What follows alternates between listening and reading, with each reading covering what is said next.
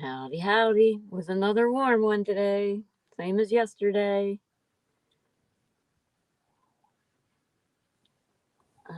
Didn't really do much. Helped in the food bank a little bit. And got a little bit of goodies. Gonna make my chili tomorrow while I'm helping with the food bank again. I even got ginger. They've got an awesome food bank here. But anyway, alright, I needed to post a link, didn't I?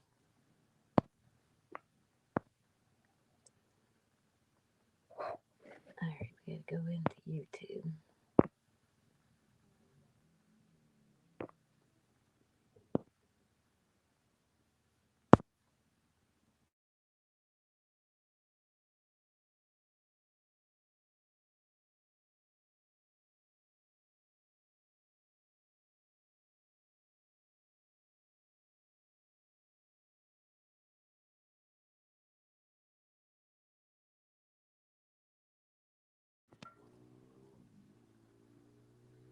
Oh, success.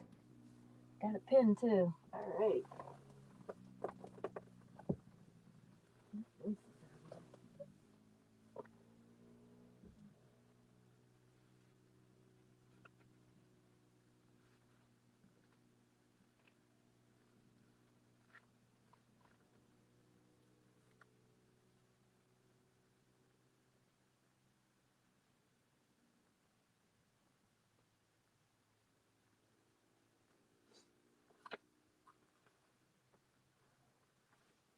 Okay, one of them was a friend that won't pass. Apparently, I missed greeting them on their way to a Bible study that I just found out about after I already set up the live. I think I'm going to have some avocado.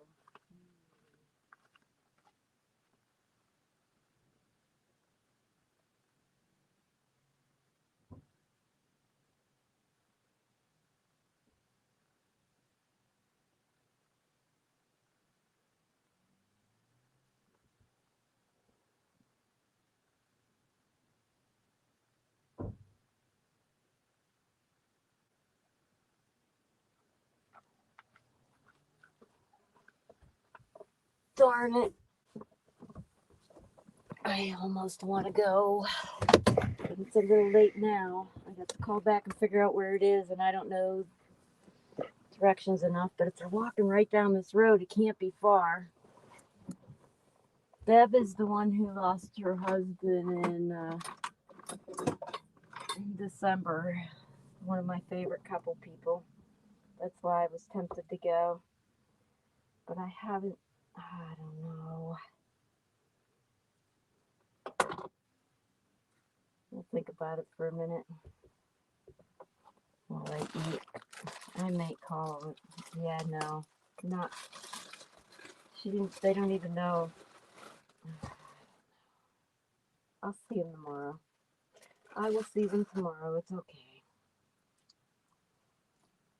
What am I seeing? I'm putting avocado on it. Everything bagel. Oh, so good. I haven't had avocado in a long, long, long, long, long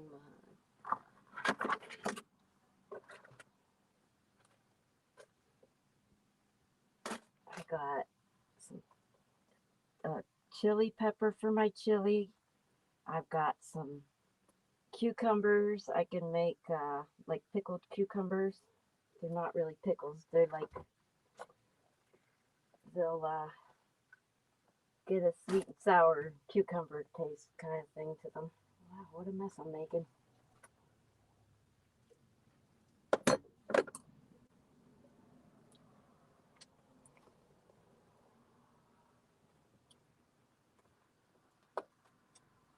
Yeah, it's messy, but it looks really good.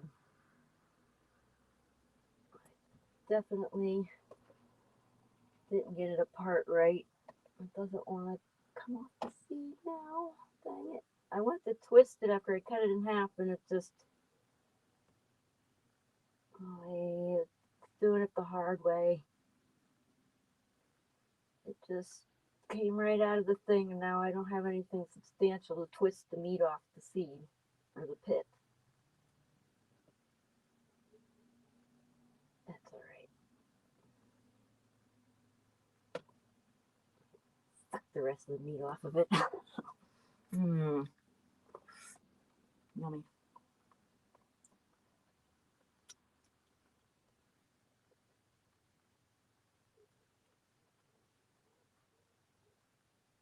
Might be. This one wasn't as ripe as the other one. That could be it. Mm-hmm. Still good.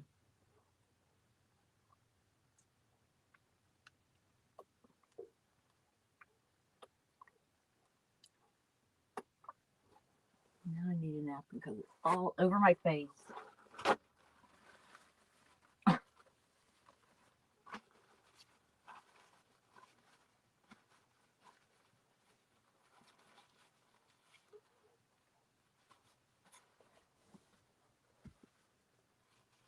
But I had fun in the food bank this morning or late morning, something like that.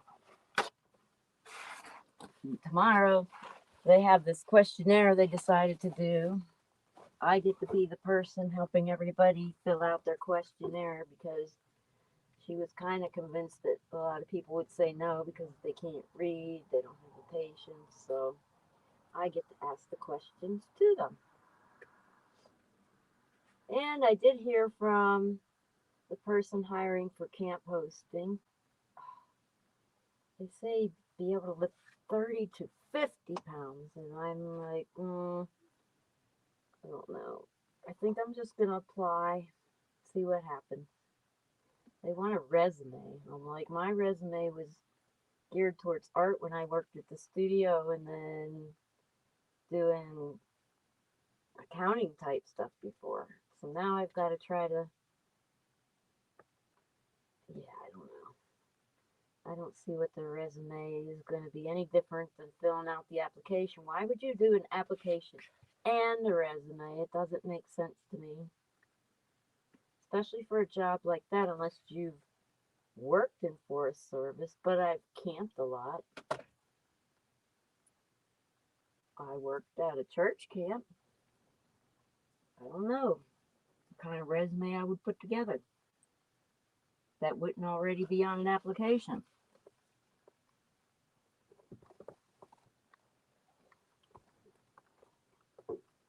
Mm, this is good.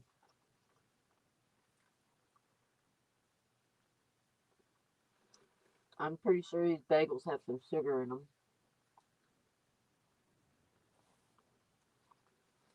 It was really hot though, so I did eat a pop, some kind of popsicle. It's the coconut or the strawberry Frisco one. I don't know. My ex got sugar too. Been eating sugar the last 2 days. No, but it's good.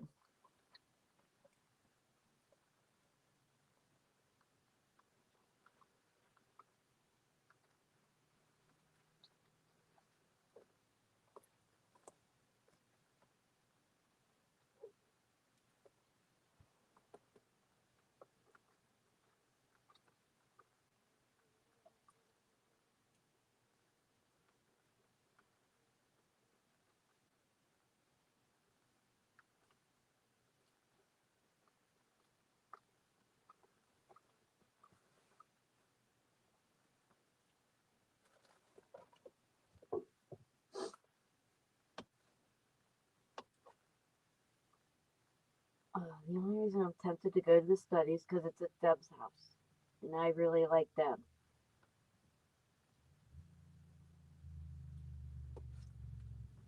But she was gonna call and see if it was okay if I go, and I'm like, if I haven't been invited, there's no point in trying to squish me in the last minute.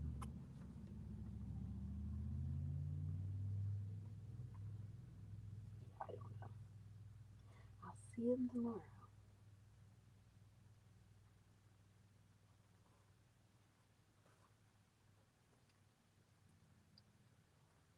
Although,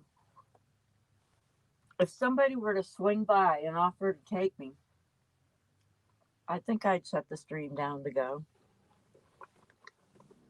No offense to you guys, but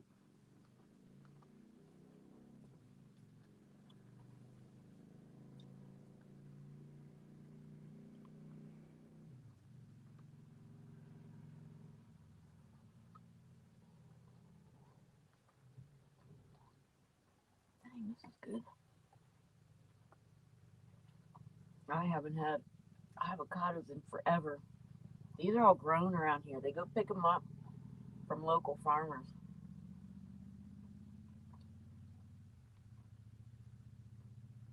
From what I heard last time, things may have changed the last 2 years. But I got green pepper, chili pepper, cucumbers, another zucchini to make a breakfast thing. I got jicama, ginger, some peaches that I might put with my homemade bread, some mushrooms to put with eggs for breakfast. I am feasting. I'm going to put on some serious weight. Howdy, Casey. How was your day? I got some yummy food that I can't pass up. Oh,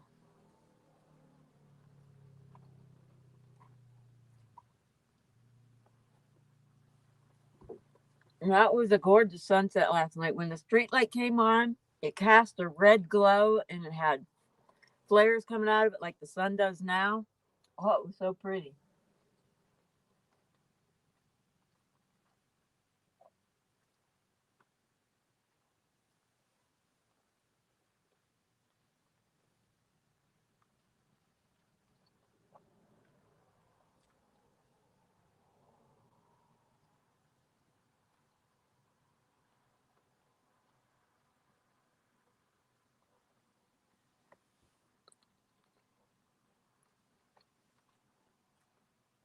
Yeah, it was 84 outside again here today, 92 in the camper again. I tried my evap system. It don't work well like it used to.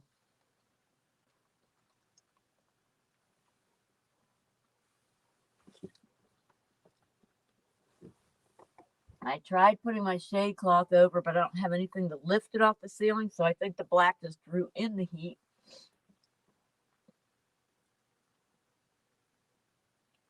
But tomorrow, I'll be helping in the food bank most of the morning and then in the evening again.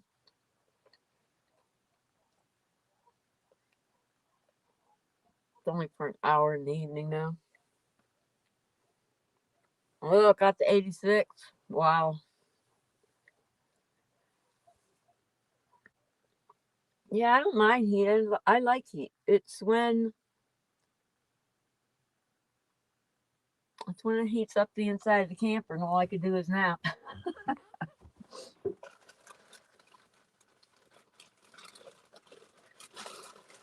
92 was a bit warm. So I didn't get anything set up for a sunrise. It's going to be difficult where I'm at to get a sunrise. So I may not be able to do one. This avocado is definitely not as ripe as the other was.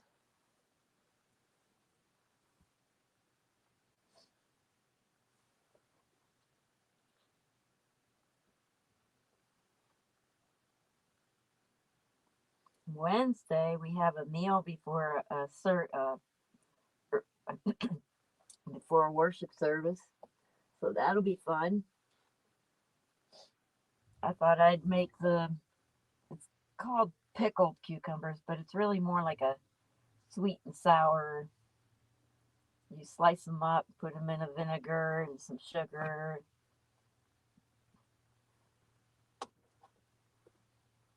And in about 24 hours, you have something really yummy. So I'm going to make some of them. I don't know what the meal's going to be, though. I don't know what they're making yet. I hope it's not pork, but since I'm right in the parking lot, I'll be able to run over and get something else to eat if that's what they're having. Quick and easy.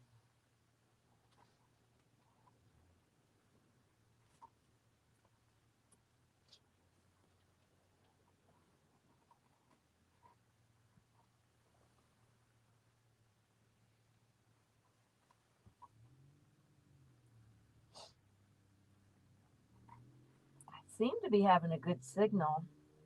It was weird. I had a good signal all day yesterday, and then as soon as I wanted to stream and Mona got on, it just didn't want to. It just kept wanting to kick out. I'm not sure why.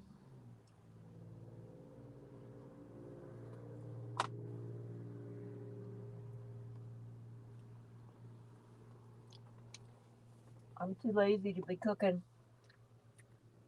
in my camper and reheating it again in here. It's cooled off now. It's only 85.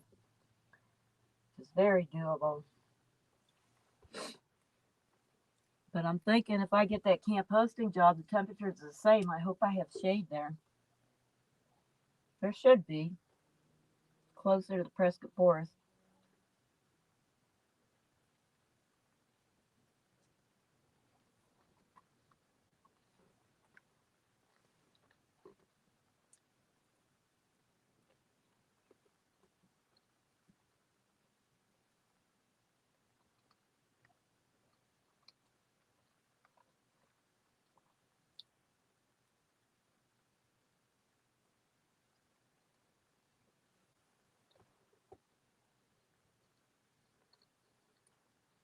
Starting to get some color on the left side already. I think it's because it's hazy. I don't know why it's so hazy. Wonder what's going on. I looked at my video from the drive and I had the Samsung camera going. It just doesn't look as spectacular as the views really were. Kind of frustrating.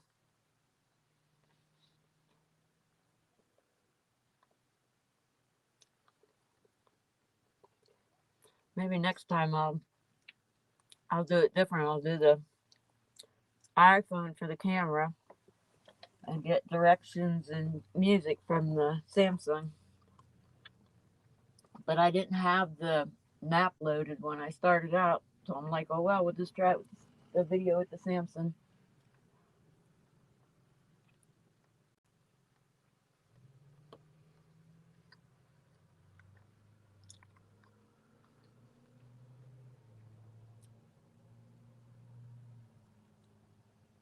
Mona got her injections in her back today. I wonder how that went. Or was that for Monday? Oh, I can't remember now.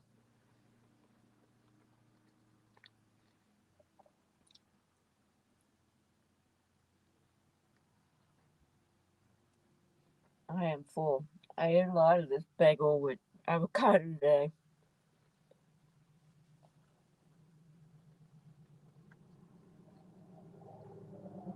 Yesterday, after their church service, they were giving out zucchini and tomatoes.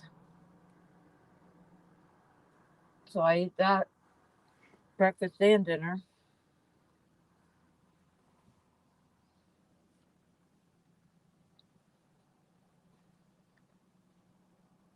So I was thinking of getting a portable cooling system. I've seen it said AC, but they consider evaporative coolers also air conditioning units. It ran off of 115 watts, which makes me think it was an evaporative cooling system, which I don't know how well would work. I would need a really powerful fan to make something like that work in humid temperatures.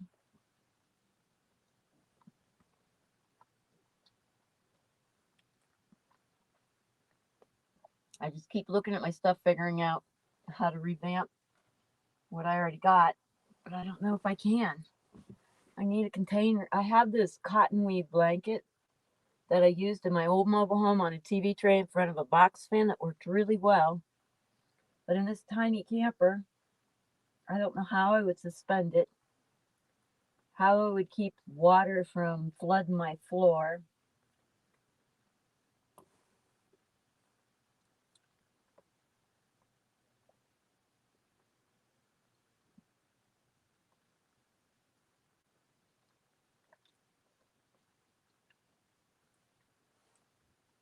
have a tower fan and then I have a small circular fan. Neither one of them are really powerful.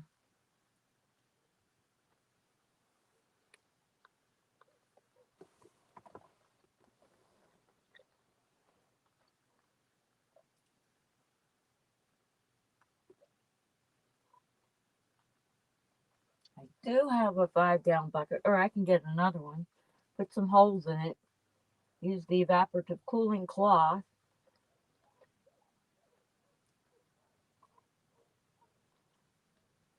But again, I need a powerful fan.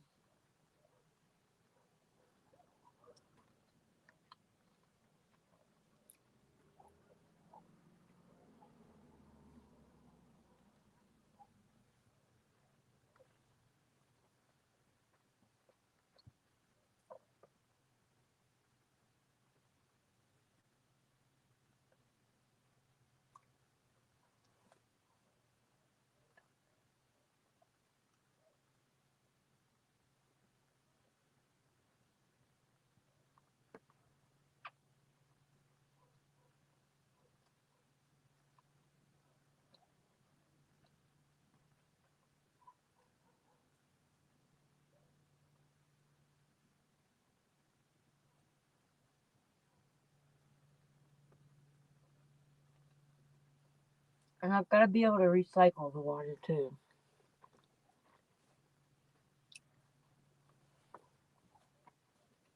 So, You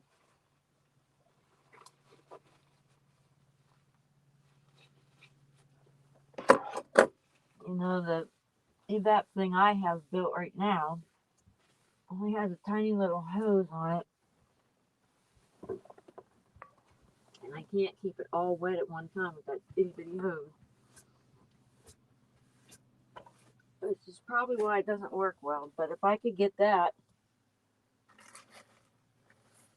to where it would keep the entire thing wet, or if I had it spraying on the inside, like a little fountain keeping everything wet, that would work also. But that little thing I have isn't powerful enough.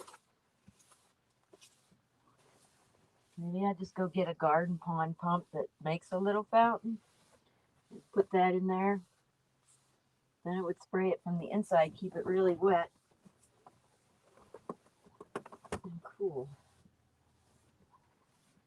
Taking all these seeds out from everything bagel. There we go.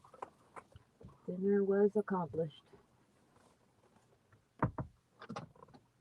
We had a nice breeze going in the evening, though. It's really nice in here now.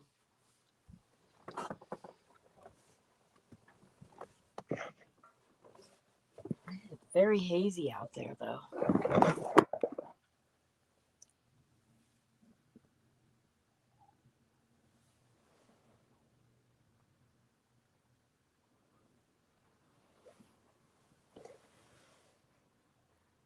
I just love that flag showing up. We don't have the truck in the view this time because I put the stool out a little bit further past the truck so we don't have it in there.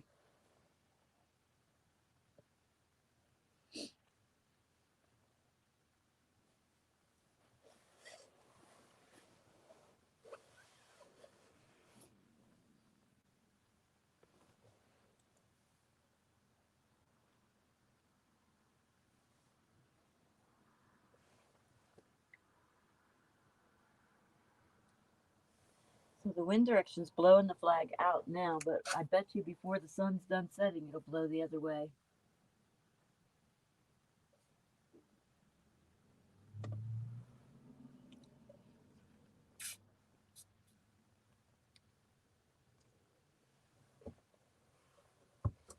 I get this giant cup of ice for 50 cents.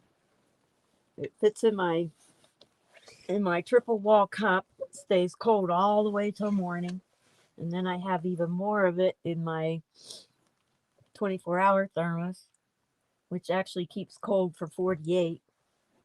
So I had ice in it up until about 2-ish. And then I went over and got more ice.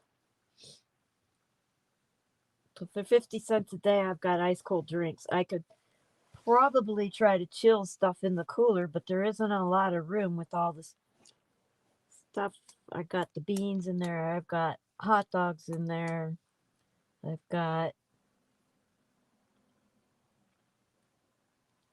beans take up more than half of that thing. And then I got, oh, what do I got? Butter, yeast, all squished around the sides, parm cheese with no cellulose in it. So it's all packed in there tight. I barely got the tomatoes in yesterday. Good thing that's another reason I wanted to eat it up right away.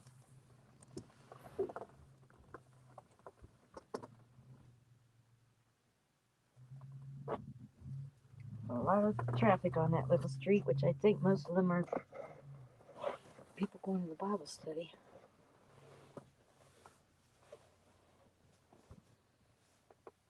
Yes, I don't like missing out on the party. Hey, Jerry. Oh, thank you.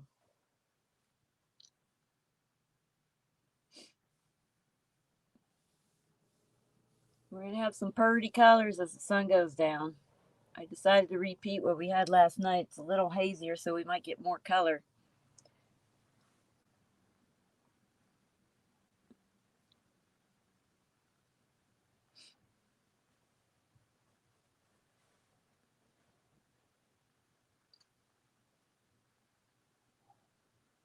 The wind's whipping around. There's really no critters to hear out there. We don't have any trees near here, so I don't have any animal sounds. That was really hazy. I bet you there's a burn somewhere nearby. They're doing the burns late in the season because it was too rainy to do them earlier. Can't get much burnt if it's too wet. So they've been doing prescribed burns.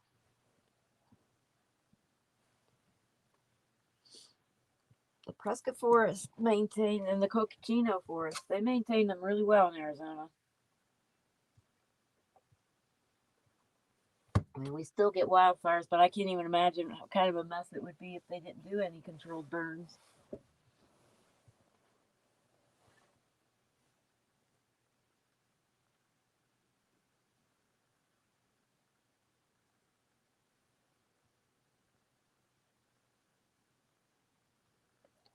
Did you hear any boom from a military planes in Arizona? No. I heard there were booms in DC over a Cessna that wouldn't identify or something like that. But I haven't heard any military jets here at all. It's real quiet. When I was on Mingus, I heard one flying at night, but that was last week sometime. No boom.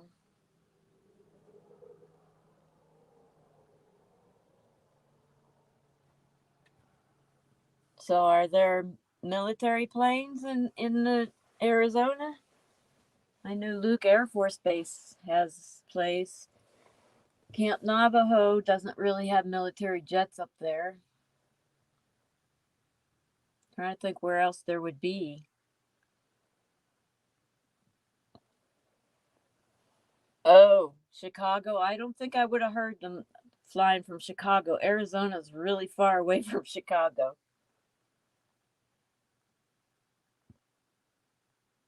Or was it the Chicago News talking about military jets in Arizona? I am in Arizona, yes. Wilhoit, Arizona. They call them wheelbillies here. Instead of hillbillies, we're wheelbillies. Of course, I only visit once a year. Might do it a little more often this year if I don't take off.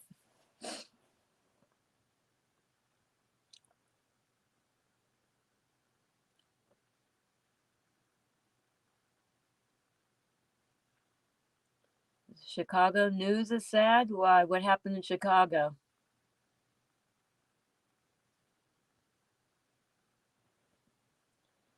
really watch the news. I don't know.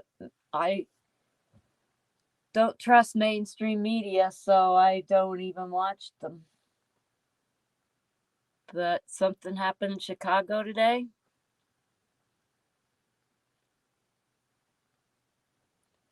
Here was high power person in Senna. A high power person that did what?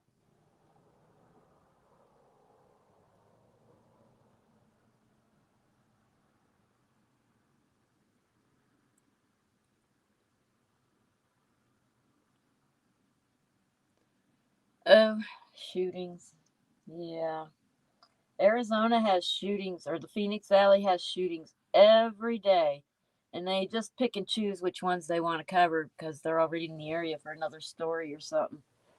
They have shootings every single day. I would imagine Chicago has a whole bunch. Oh, in a Cessna plane. Shootings in a Cessna. They shot a Cessna plane down, maybe? I can't really go look up the news while I'm on the stream.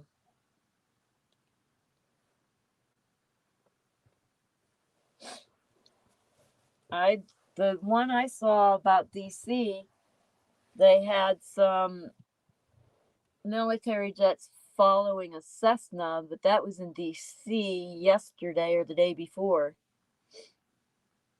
There's been a lot of military action out there that really isn't normal. I don't know if you watch Monkey Works or not, but he has a plane tracking app and he gives a review of all the planes that are up and what they're for and what he thinks is going on. Oh, that's the same one? Okay. I didn't know they shot it. I didn't look at the whole story.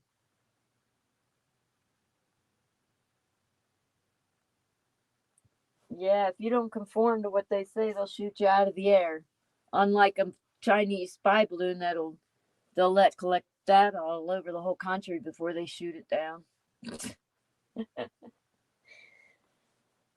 Taco Joe, what's his first responders media? He does coverage at the borders, and a lot of these people coming in are Chinese, and a lot of these are adult males. I highly suspect that these are the people the UN hired for disarmament. I highly suspect because was it 5 or 6 years ago they were actively seeking disarmament people for the United Nations. What happened to all those people and what was the plan? We don't know. But we have all these able-bodied males coming over the border and they don't even inspect their bags. They just throw them all on a bus and distribute them. Taking in refugees is one thing, but not checking their bags and not checking things is not the way to do it.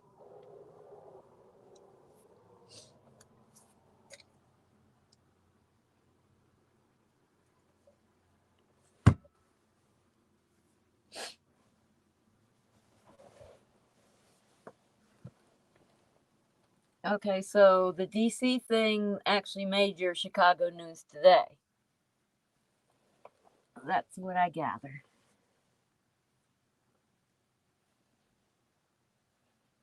I guess I had to decide whether they were going to do it or no. Think pilot got sick or health problems and phone dropped down. Okay, that's interesting. So I guess he was flying alone because normally there'd be someone else on the plane that at least knows how to operate a radio. So my dad used to he built his own Cessna. That's what he did. In his spare time, he was a pilot for U.S. Airways. And in his spare time, he would fly more. He had a hand built one. He'd start telling us stories about using rubber bands, duct tape, and other things to hold stuff together. It sort of freaked us out. But after John Denver crashed his plane, because he was flying upside down and didn't know it. My dad tried to invent a new type of gear for planes, but I guess somebody got ahead of him and he never got it submitted before someone else got a new invention in. There was a top lawyer she was with the author.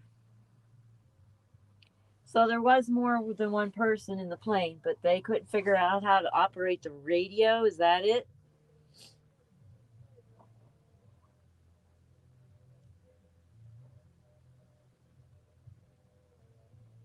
I hear music. Where is this person at? I don't see him in the parking lot.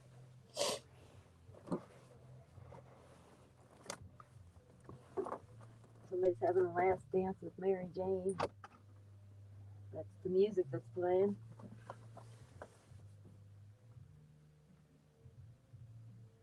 Okay.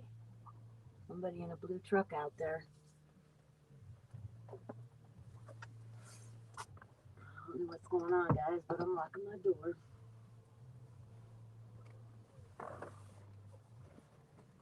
It's kind of odd.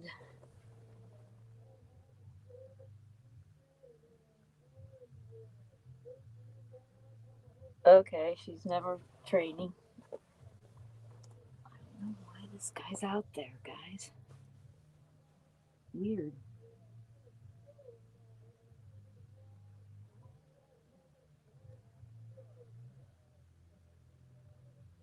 This is weird. Nobody's supposed to be in this parking lot. I don't know what's going on.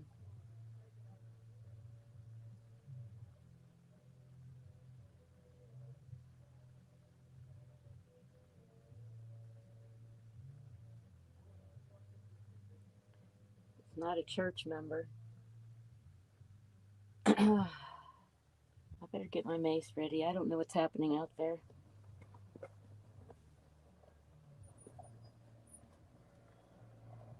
And they're pulling up.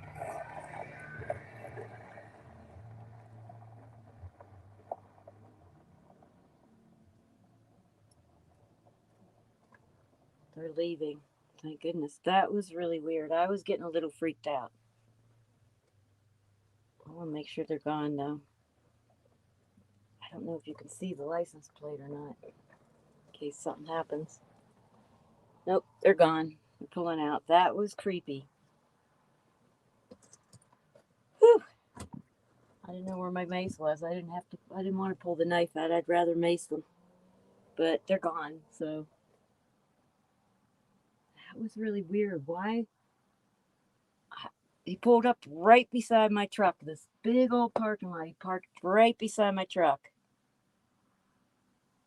I'm wondering if they were hoping to reach in and grab some things. But they're gone now. Whew, that was close.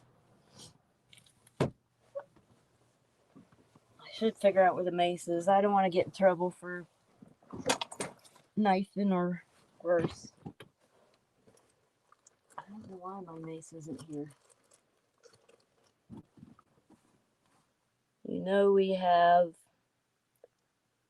PSHO president. You know, lots of things pop in. Oh, now I know what that means. POS president. Yeah. Well, I don't know if anybody even remembers, but part of his campaign promises was to send our kids to China for an education. Of course, nobody was paying attention to his campaign promises because they hated Trump so bad that they didn't care what this guy stood for. But I'm not surprised by anything he did. He promised us all of it in his campaign. I mean, none of it's new.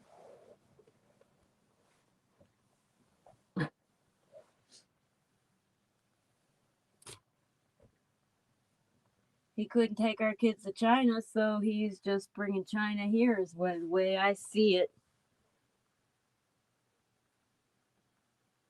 We're only supposed to be taking refugees from countries that are being oppressive. I don't know if China's on that list. But we've got lots of Venezuelans. I can't even think of all the places.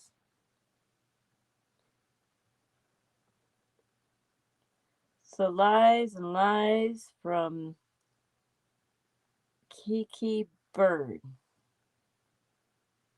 Oh, the woman with the curly hair that makes me want to punch her.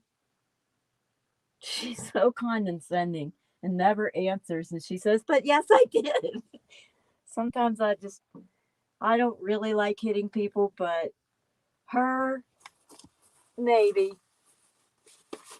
I might give them the opportunity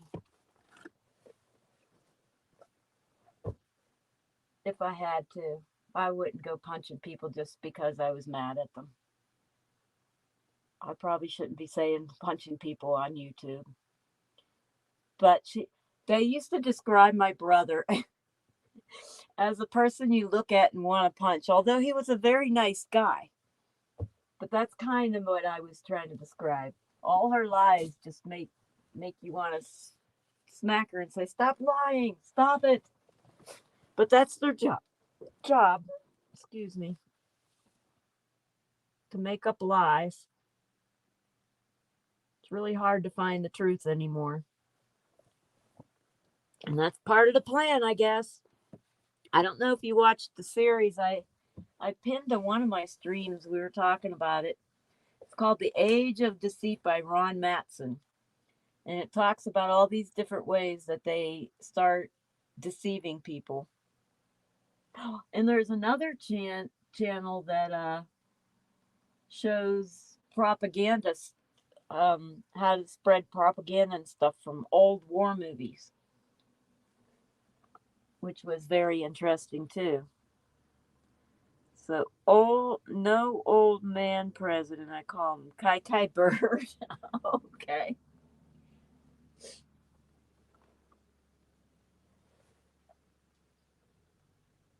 Yeah. I don't know if he's faking it or he really is that far out. Either way, he shouldn't be voted in. And was it December or January? I don't know. I'm like, I think that Biden's going to run again, either him or Kamala, and they're going to win without doing anything just to prove that we are no longer in control. And then somebody told me he's running, and I'm like, when? And that was a whole month before he announced it, but I don't pay attention to the news anymore. But for a whole month he hadn't even done one single campaign or rally. And I'm like, I can see it happening.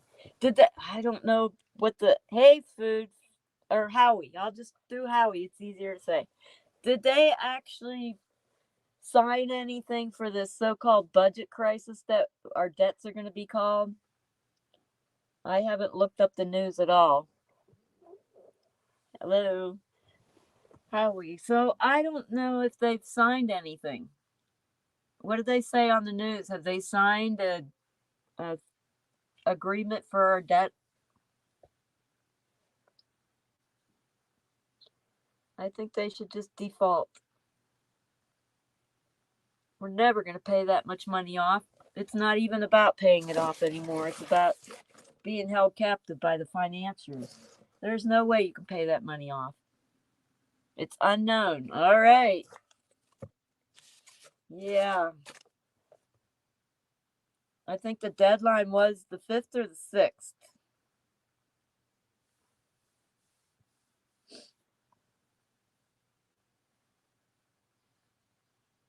And I kind of think they want it to default. How else do you crash an economy and get digital currency in?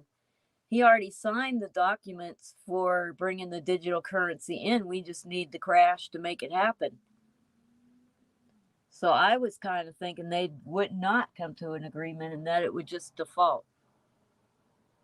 You heard they signed it? Okay. That means we got 2 more years before we could default again. But that's one way to stall it to the next president. But if he's planning on running for president again, stalling it for 2 years isn't isn't going to get it out from under him. I guess they don't think that far in advance. Wow, can you see the haze? It looks like a brown cloud down there.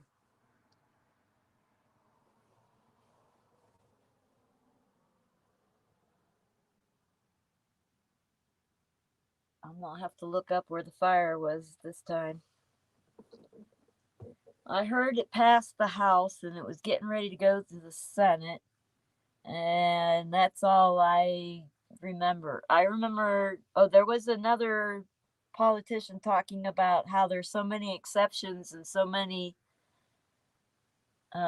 special cases that it actually costs more than in the first place. And I'm like, what kind of person that you owe money to would say, all right, we like this plan, you're going to spend even more? It doesn't even make sense to me. No matter what, I will go fishing and eat salads, hunt, gather, and grow.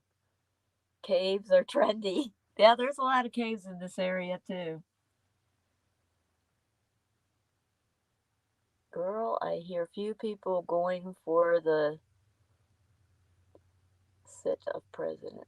Yeah, there's that. Oh, I can't even remember the names.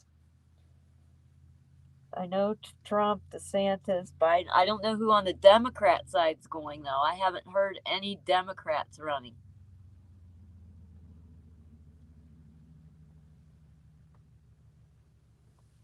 I hear about the Republicans. I don't know why I'm not hearing the Democrats. Maybe I need to sign out of YouTube to browse because all they keep showing me is stuff I've already watched. And it's not even the same channel. It's just the same stuff over and over. I hate that they try to pick stuff for me. Old vice president. The old vice president. Who's the old vice president? Which one? Because Biden was under Obama, that he was a vice president. Kamala's a vice president. But I don't know any more Democrat ones.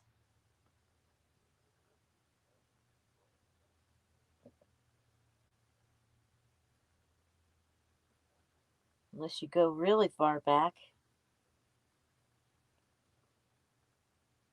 Didn't Obama, he was in office for 2 years. And there was a Republican before that. So it would have to have been a really long time ago.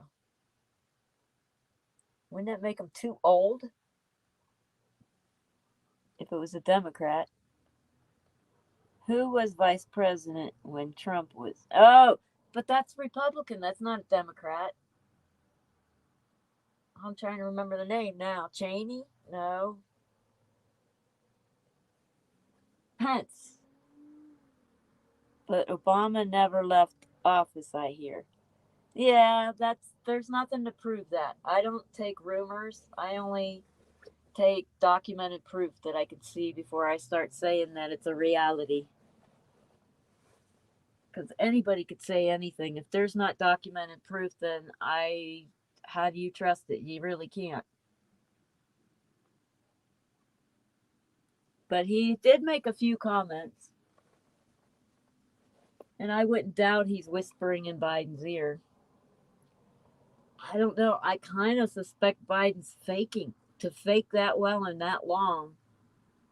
I don't know. Maybe that's why they whisk him off stage, because they see him starting to. I don't know. Although he does look different sometimes. Wendy Peoples said in you. Yeah, people. Wait a second. Maybe I missed a comment. Anybody could say anything. That's what I'm saying. If there's no documented proof, then I don't trust it. But Obama never left office. Wendy Peoples said it in YouTube. Yeah, I can say lots of things in YouTube too. But there's a lot of things said on the internet that are not documented. I lost my glasses. Great. They also say that Trump's going to save the world, and I don't know why we're counting on one man to save the world, but I don't know. There's a lot of things that have been said that never came true. I had to put the phone back in the brace because I can't find my glasses anywhere.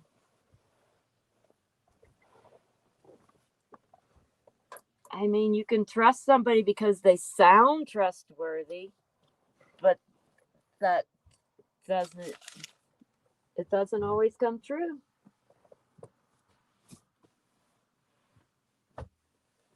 How the heck did I lose my glasses? There they are. I have such a tiny house. It's 6 feet by 8 feet and only 3.5 feet tall. I don't know how I lose things in such a tiny space. People said sad in YouTube. I thought you said said. Or maybe you meant said. That's like the earthquake guy telling us about fires and posting a picture. The picture isn't what he showed on his video. What he showed on his video was a satellite view of fires in various locations all popping up at one time. But the picture Mona showed us was one fire in one area. So I don't understand. But no, I'm in a micro camper. It's 6 feet by 8 feet, 3.5 feet tall. You can see a picture of it on the front of my YouTube page. Or, wait a minute, we can turn on the camera and do this. It's kind of dark in here. Oh, let me plug in the light. If I could find the, oh, there it is. Pulling the wrong end. Okay, so here's the back wall with window.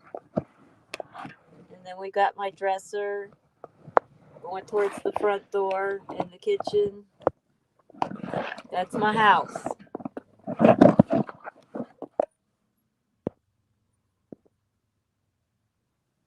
So it might sound like a vehicle. There's a lot of traffic out there.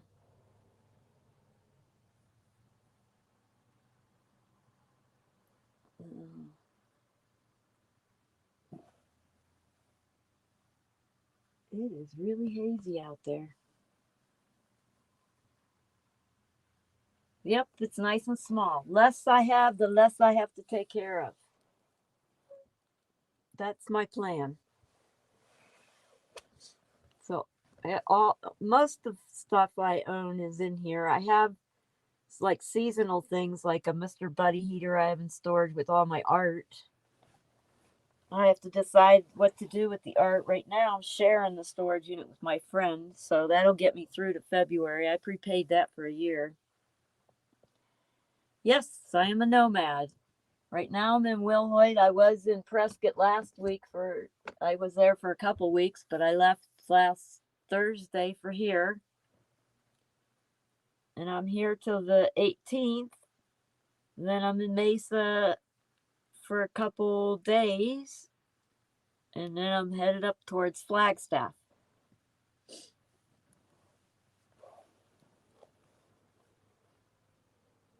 Do you have a bathroom? I have a system. Yeah.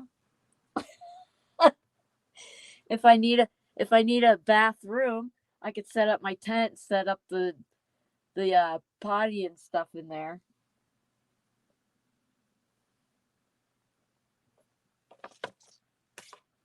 But most of the time, well, I shouldn't say most of the time. A lot of times, places I go have bathrooms.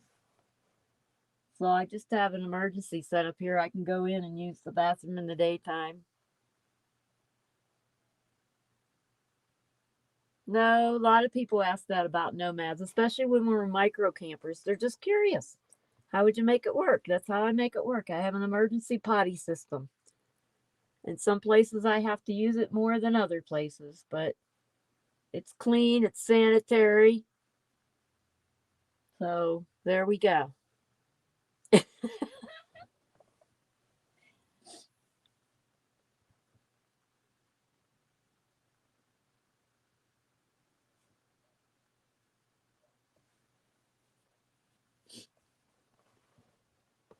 There's many people who ask that. They picked on the protesters in DC for using the bucket toilet. But if you have wood shavings and all that stuff to compost, it's very clean.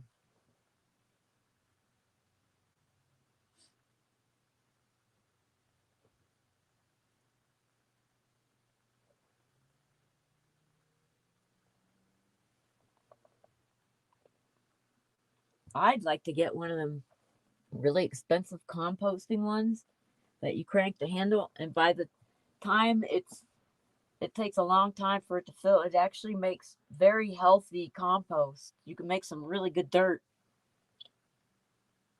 In campgrounds, do they have bathrooms? Most campgrounds will have a porta pot, or not a porta potty, an outhouse with a very good system for smells. If you put the lids down and the doors shut, somehow this system keeps the smell way down. And if you have a good compost, they'll keep them nice and clean. So I was at White Spar. Their toilets were dirty and disgusting. I only stayed there one night. But on Mingus Mountain, she does a great job. They're very clean. In Quartzsite, Arizona, they clean them up really good, but they only do it twice a week. So sometimes it gets pretty bad. I take in my own stuff and sort of clean when I go in. But you could also use the emergency potty system and dump it.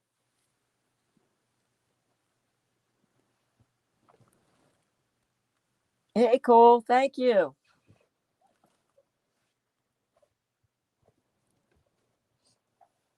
I don't run across a lot of flushing toilets in my lifestyle, I guess. But you don't have to be dirty about it like some people are. It's disgusting.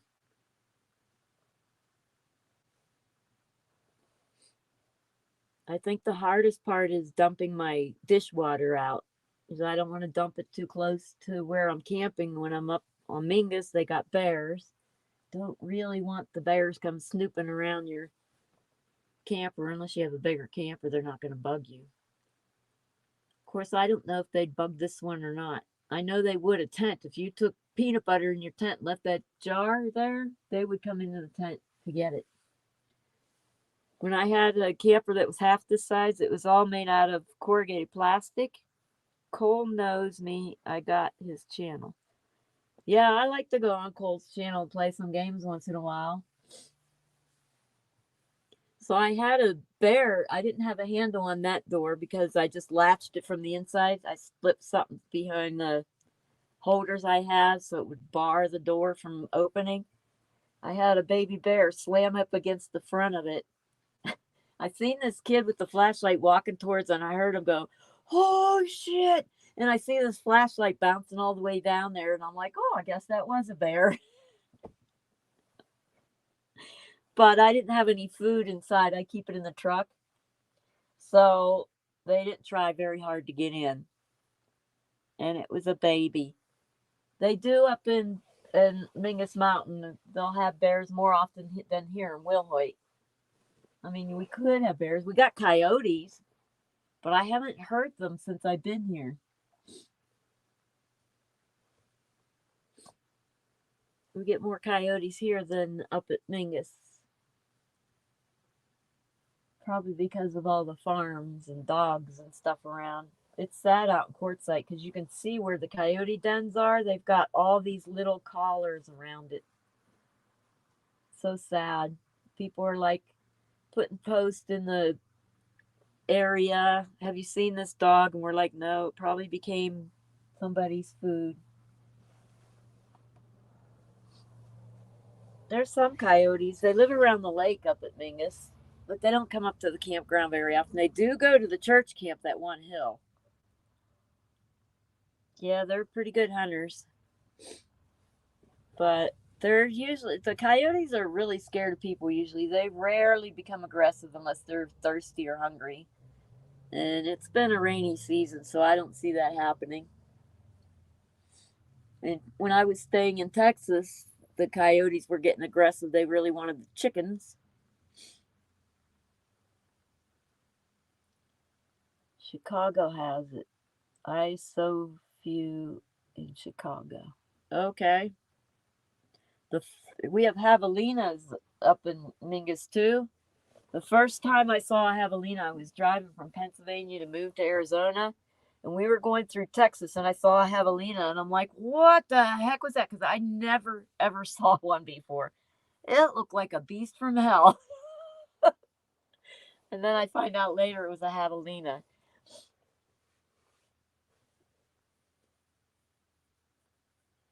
But I don't think they have javelina around here that I've heard about. Anyway, they do have rattlesnakes. There was baby rattlesnakes up at the campground before I moved down here to this parking lot. There was baby snakes she chased away from my campsite. And I'm like, I don't want to deal with baby snakes. They don't rattle, they just bite you. Not fun. I was going to get a video of it for eReptile, but I left camp before I saw one. I'm not going to walk back over there just to get a video of it either, because I got to hunt them down. And their grass isn't very trimmed, so you really couldn't see one very well.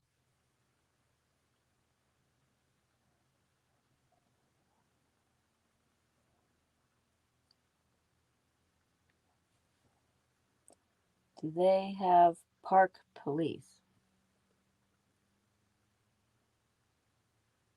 Here in Wilhoit? I don't think so, because there's not really a park. The place I was camped was behind a bar. It was a dry camping spot. And then the church let me stay here because it was going to cost me $200 to stay there. No, we have no park police, just local police. And I think Mingus Mountain doesn't have park police either. We have rangers, but we have regular law enforcement that comes up once in a while. In fact, my last night up there, which was highly unusual, we had a helicopter with a spotlight, which I suspect was a rescue mission of some kind. But when you're on Mingus, you usually don't hear sirens or planes. It's very rare that something flies over the mountain because it's 7,700 feet up there. Now down here, you could hear planes, but I really don't. There's not really much flying overhead here. We heard some ambulance yesterday. Or no, it was a fire truck. But it's rare here. Rangers in the campground. But the rangers aren't law enforcement. They're there for like fires, explaining rules, but they really can't arrest anybody or do anything. They have to wait for the local authorities to come up. And the rangers don't stay in the campground. They just come and visit. We have campground host, which I'm trying to apply for. I gotta put together a resume. I'm like, what kind of resume do you do for camp hosts? I've done art. I've done payroll type stuff. I don't know. I have a really crazy work history. But a resume should be like you're working towards being in that field long term. And I'm like, no, I just want a summer hosting job because I like camping. So I don't know how I'm going to do that. What would I put on a resume that I wouldn't have on an application? I don't even know. Wow. The ice in my cup must have melted and refroze. Can't even move the straw. Put some water in.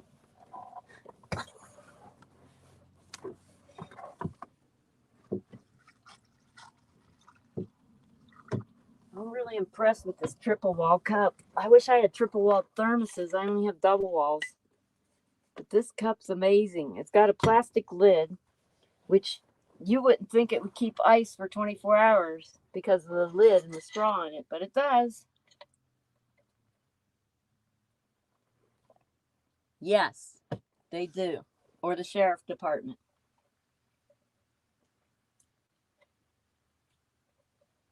But I'm not in a park right now. In a parking lot. There is no park here in Wilhoit. The closest park campground is Lower Wolf Creek, and that's about half an hour away.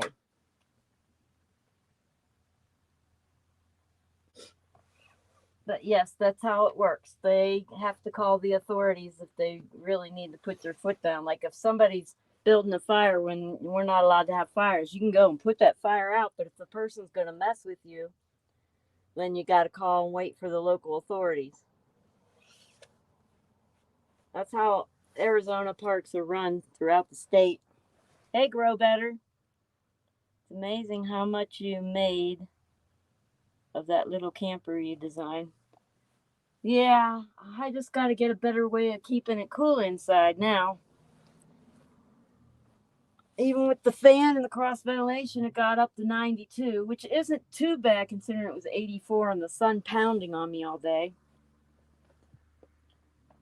So I'm like, I need a really powerful fan,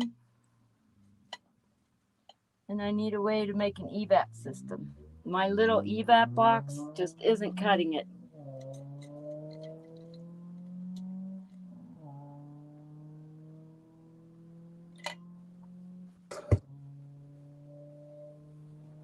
Other option is I have a smaller desktop fan that kind of oscillates, but it's kind of has some power to it. I could get a lid for my 5-gallon bucket and fit that fan to sit on the top of it. Cut some holes in the side for my evaporative cooler cloth. The only thing is that pump doesn't bring the water all the way up and get the entire cloth wet at one time. That's probably why my little evap box isn't working well.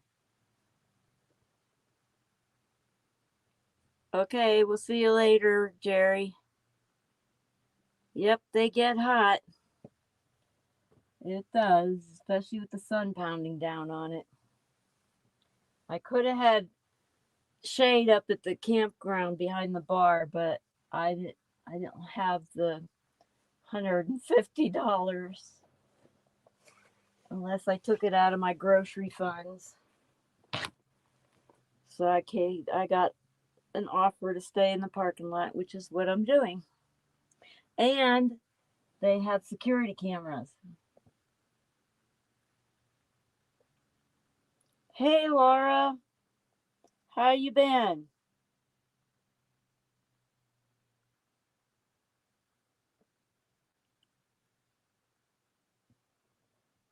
I'm waiting for these outside lights to kick on because they gave a really cool view last night when they kicked on.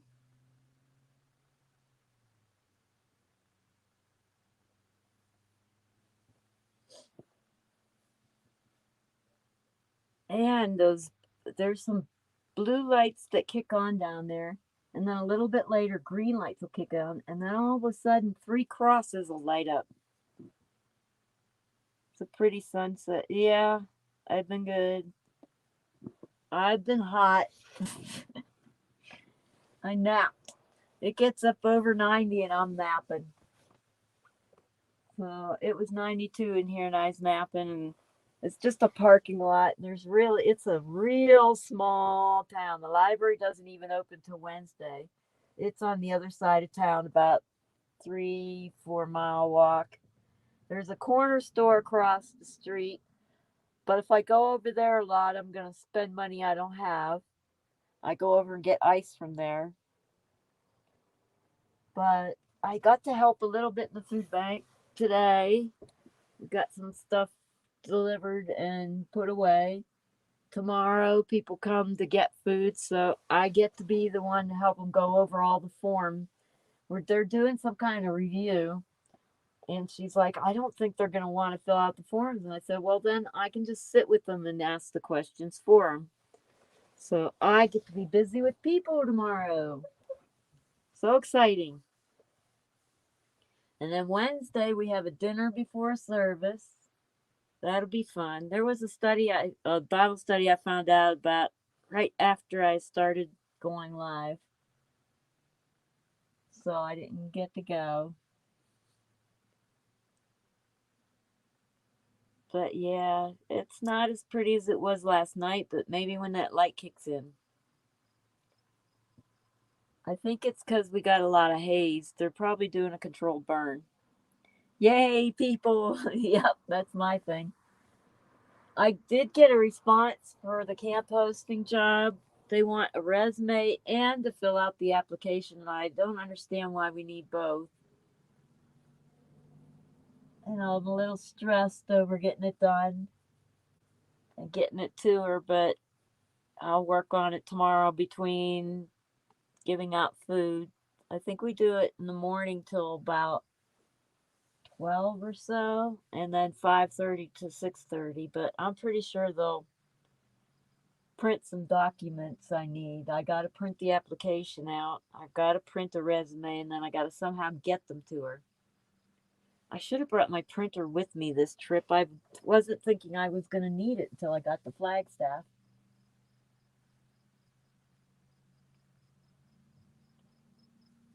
And I was a little leery about lifting 30 pounds. And then the camp host at Mingus said, well, it's for the fire ring. So I lifted the fire ring. I'm like, okay, I can handle that. Well, the letter I got today from the person in charge said 30 to 50 pounds. And I'm like, oh, I don't know about that. What are we going to be lifting that's 50 pounds? And then it says you got to be able to operate shovels. Well, I'm thinking putting fires out. But instead, I was joking, like, what are we doing? Burying bodies?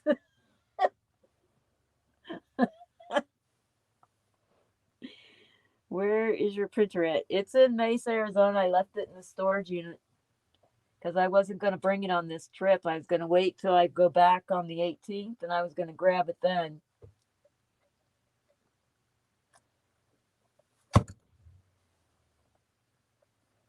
Because I can't leave it in the storage too long, it'll just dry out.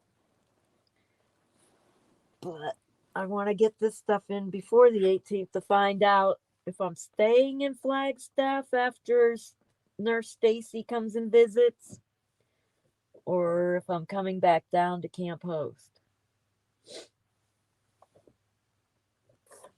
It'd be nice to Camp Host because then I can come back and visit wilhoit a couple more times. Yeah, I didn't think I was going to be needing it. I was on Mingus when she said, they need Camp Host. And I'm like, do they still? And that's what started all this. Because I had no intention of doing that until she started mentioning it.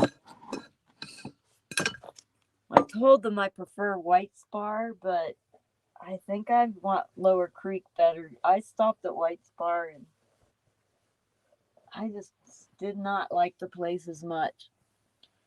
And the toilets were so disgusting. I'm like, that camp host has got to be overwhelming. There's so many spots there. A lot of them are walk-in. I guess they get a lot of people that walk in with the tent. Only, no car, no nothing. They just walk right in.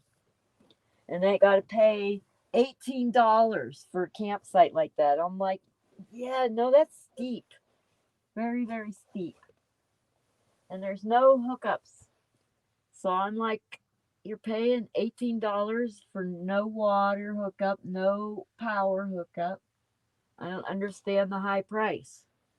The camp hosts aren't paid, they're volunteer. We just get to stay there long term and not have to move. Campers have to move every 2 weeks. You get 14 days in Prescott National Forest. You get 14 days out of every 30 for the entire forest. So if you were at one campground for 14 days, you can't go to the other campground for 14 days. You have to go outside of the forest. And that's why I go up to Flagstaff, because there's 3 forests very close to each other, minimal gas usage.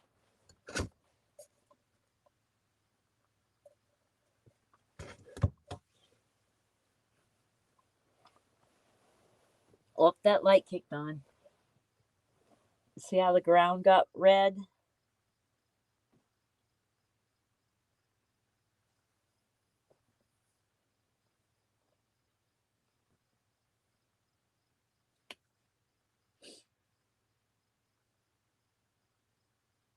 I hear crickets.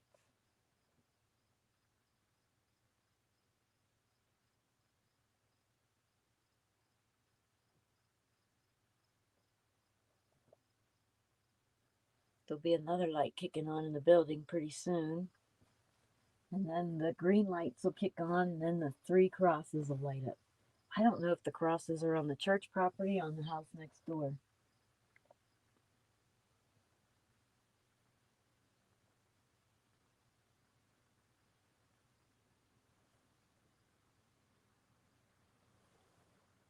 Missed it. What made ground red? There's a street light. If you look at the left side at the very top, you'll see like a red glow coming. It's actually a street light with like a bug light color in it. But as the sun set, it looks red.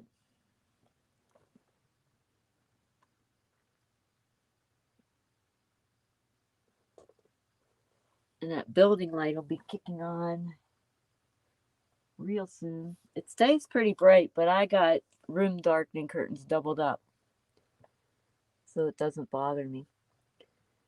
I kind of want to wait till the crosses light up so I can point the camera over there. Oh, the green lights just kicked in. So I can show the camera over there and show the lit crosses.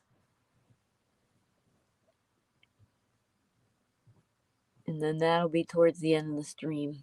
I'm just waiting for the crosses to light up. But they come on after the light on the building comes on. It does add to the prettiness.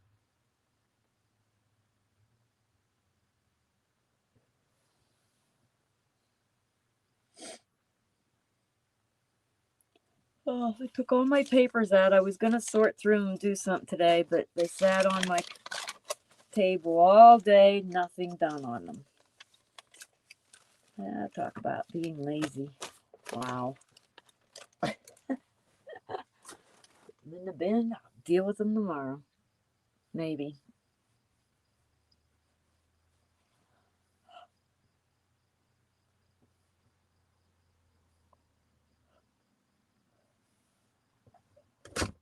So I'm not going to be doing a sunrise tomorrow either. I just don't have a way of doing one. There's a little hill directly in front of me, which I'll be able to show after I show the crosses. And beyond that is a mountain even. And the sun comes up right where the sign is. And I'm like, oh, that's not going to work. And I can't set my camera up on the top of the hill because somebody will see the light from it, think it's a freebie, and grab it as they're driving by. So I don't think I can do a sunrise from here. But the sunsets are pretty. I've been referring people to Red Cactus's sunrise. She's got a fun little thing going on. Maybe my next location will have a good sunrise.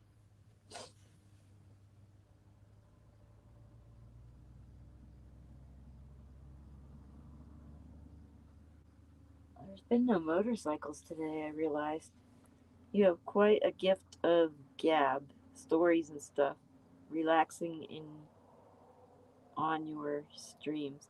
Really? I thought I was just rambling on and repeating stuff and being annoying. Thank you.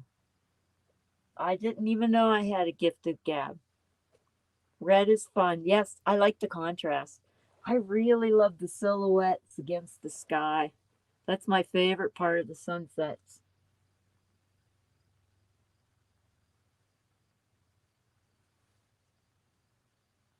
I like contrasts.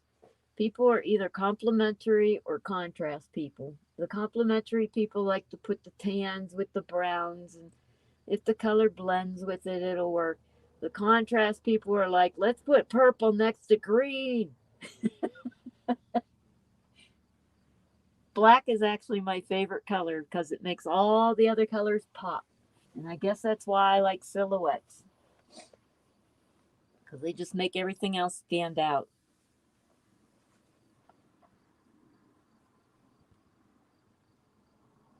The flag's not flying so well right now. I guess the wind died down.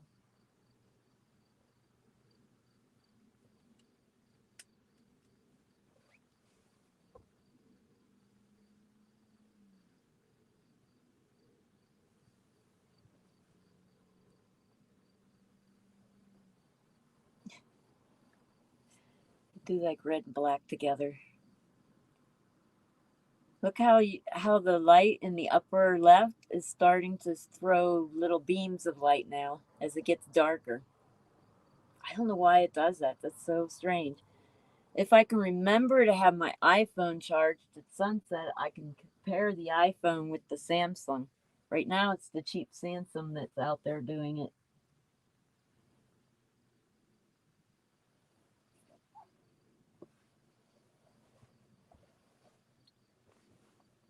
I'm going to go peek and see if those crosses are close to getting lit yet. They were so cool last night.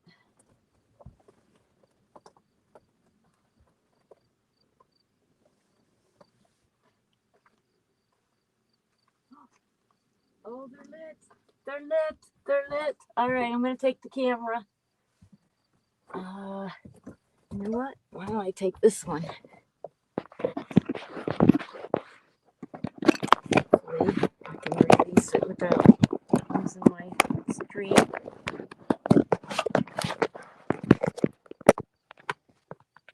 And I'm going to need my readers because I can't see that comment that just came through.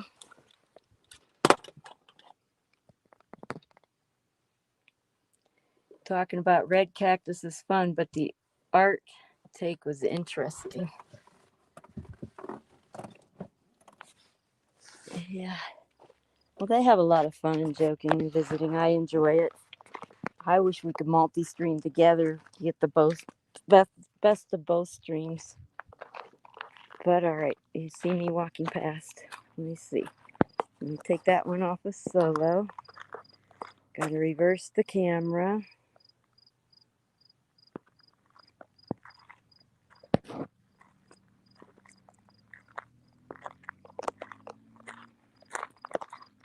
Well, let's see if I can get down to where the crosses are. I think that's somebody's house. I can't zoom in, but I can solo it. Can you see the three crosses at all? It's kind of hard. I'm going to go to the edge here. I think that's somebody's house. That's just so cool. The cross in the middle is kind of flashing. I guess if you are on a computer or something, you could zoom in yourself, but I can't zoom. Yep. I don't see the blue lights in the picture. That's the crosses. Now here's where I'm camped at. And I've done so many pictures of what's going on in the camper, but I'm always willing to show it off.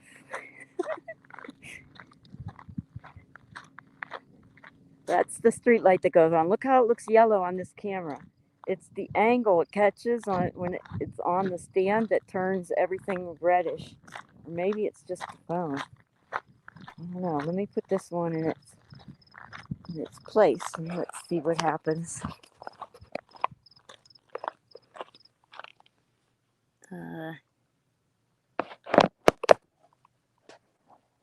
It's not as red. I guess it's just the camera that's kind of doing it, but it's still pretty.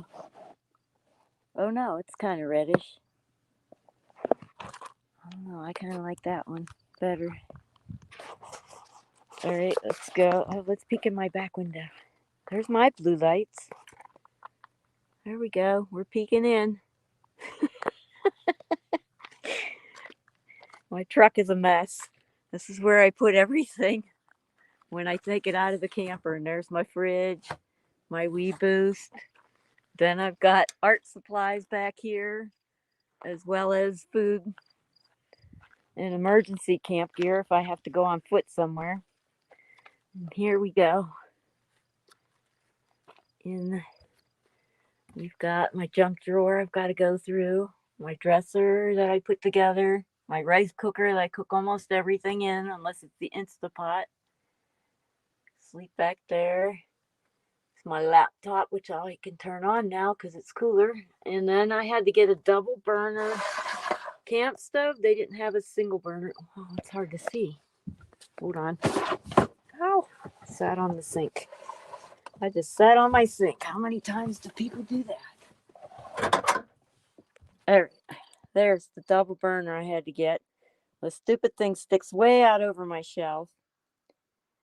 So I couldn't find a single burner, and mine had died. I got a microwave, which I can't run on my solar system, but I could run an extension cord up to that sign up there and plug in if I wanted to run it. And then more food storage. It's mostly coffee and vitamins there. So that's my home and my setup.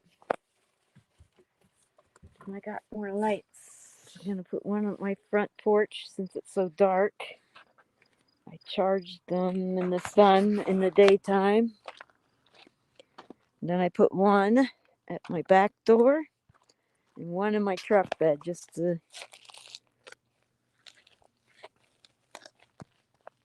so I could see if anybody's messing around the place. That blue truck earlier, I was like, what the heck? They pulled up right next to my truck. It was strange. So there we go. Now we've got a little bit of light at my front door and some in the truck bed, which I don't think I'm going to need. That street light stays on all night. I'm going to put 2 at my front door. There we go. Alrighty. Let's see. Exit solo layout. Let's peek at this again. Oh, I got it all turned the wrong way now. Holy cow. What did I do? That's how it went. Oh, I see. I didn't put a rock to hold it steady. That's the view I had before. Nope, I'm missing the flag. There we go. We can see Venus. See that bright star above there? That's Venus. I usually can't catch stars on my cameras. That's pretty good.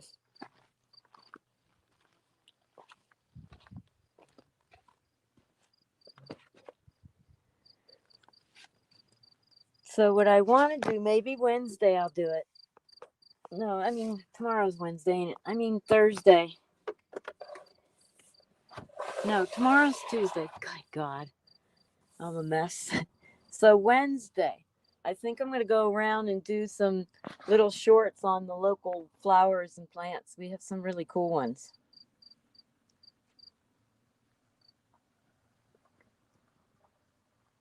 And they're getting mail. Hi, Venus on Mars. That's funny.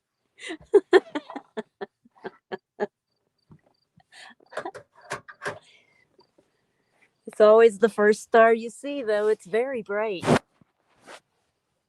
You know what I like up in Mingus is the view of the stars is amazing, and same with Flagstaff. But I can't catch it on my cameras. Near Venus. All righty, guys. Any more songs about Venus?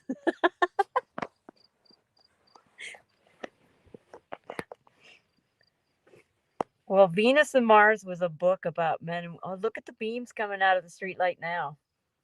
And I'm Your Venus is a song. I know these things. I could win trivia about Venus.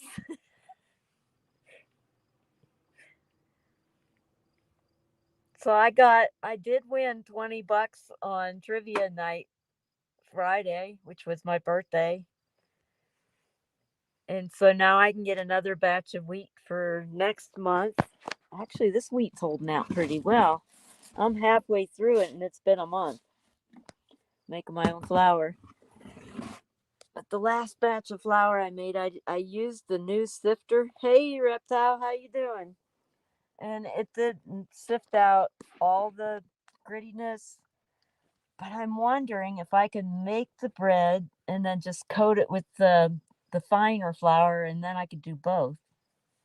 But if I have the coarser flour on the outside, it doesn't work out so well.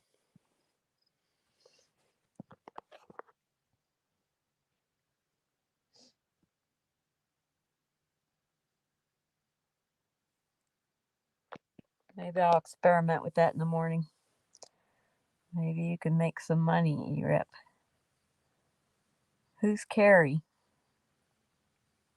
Is that his name?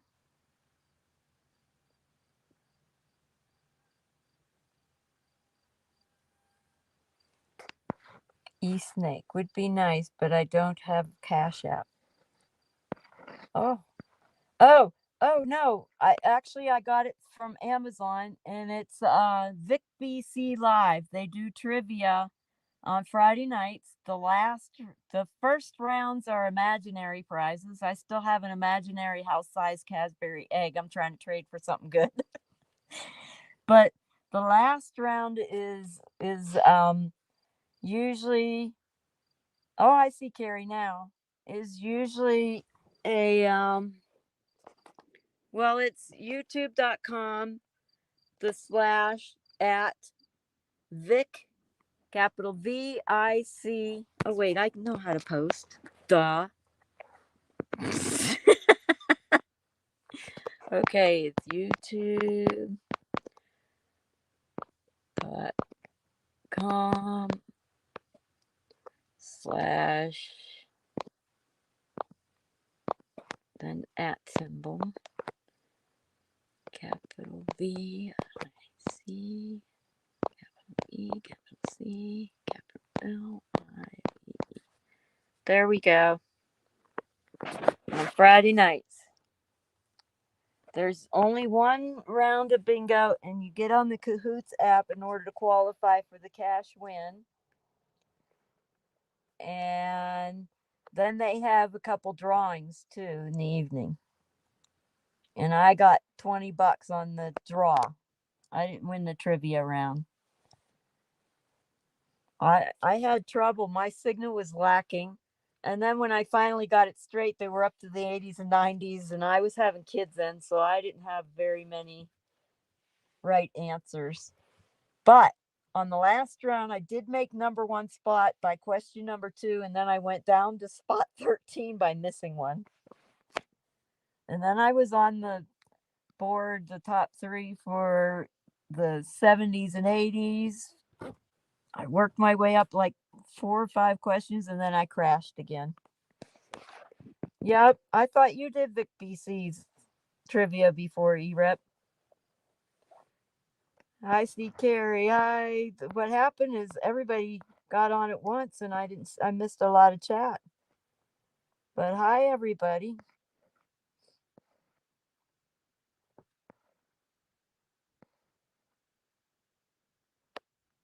And doesn't Cole do trivia sometimes too? I know the Love and Live show does. They do some trivia, and then they have like little races, and I'm never winning the races.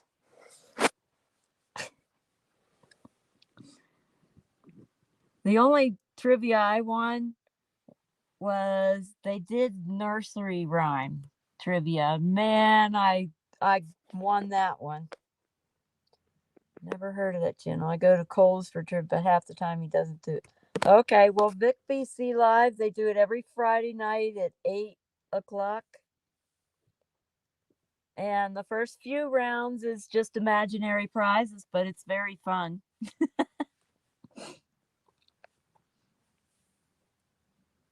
I tried to trade my house-sized Cadbury egg for a boat, and they wouldn't trade me it. I'm trying to think what else. Yeah, I don't remember what else. Cool. Yeah, there's a person that uses the name Anonymous on on the trivia game, and sometimes people will be like moose killer, moose droppings, moose turd. And they'll start playing on each other's names. It gets fun. It's very fun.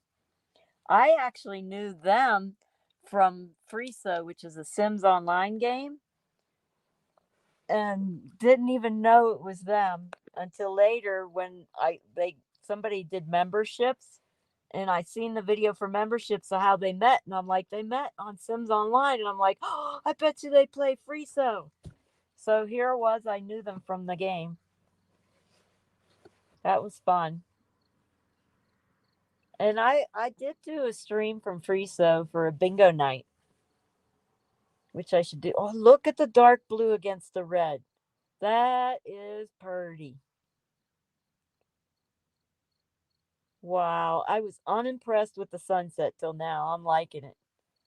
Already subbed to them. I miss trivia. Yeah, I like trivia. I get frustrated because I think I'm smarter than I am. Actually, I think it's my memory that's shot. I am loving that color. The contrast is amazing. What happened is the light didn't come on the church building. I don't know if it will tonight because it's pretty dark for it not to be on. But that is gorgeous. That's a very pretty picture. Hey, Mona. How are you today? Okay. Gotta go. My dog needs out. Let the dog out by all means. We don't want you cleaning up messes like that. Look at the contrast in the sky. It's even more amazing than it was last night. It was an uneventful sunset until about now. And it looks like the light's kind of flickering.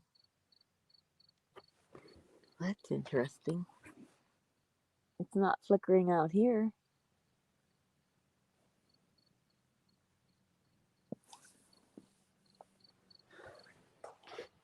Hello, ask Ghostface. I don't believe I've met you before, have I?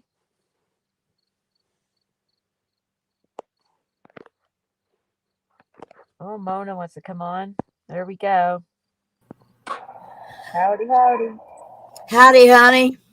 I'm sorry. I was on the telephone and the person on the phone told me that you just went live, so I had to hang up and pop on. Oh, ask Ghostface's game dev. I haven't gotten a look at the pictures yet. It's been too hot to turn my computer on in the daytime. Oh, is that what it's been? How hot was it there today? Well, it was only 84 outside, but 92 in the camper. Oh, that's did you get Studying your on. did you There we get your go. shade thing put over your camper?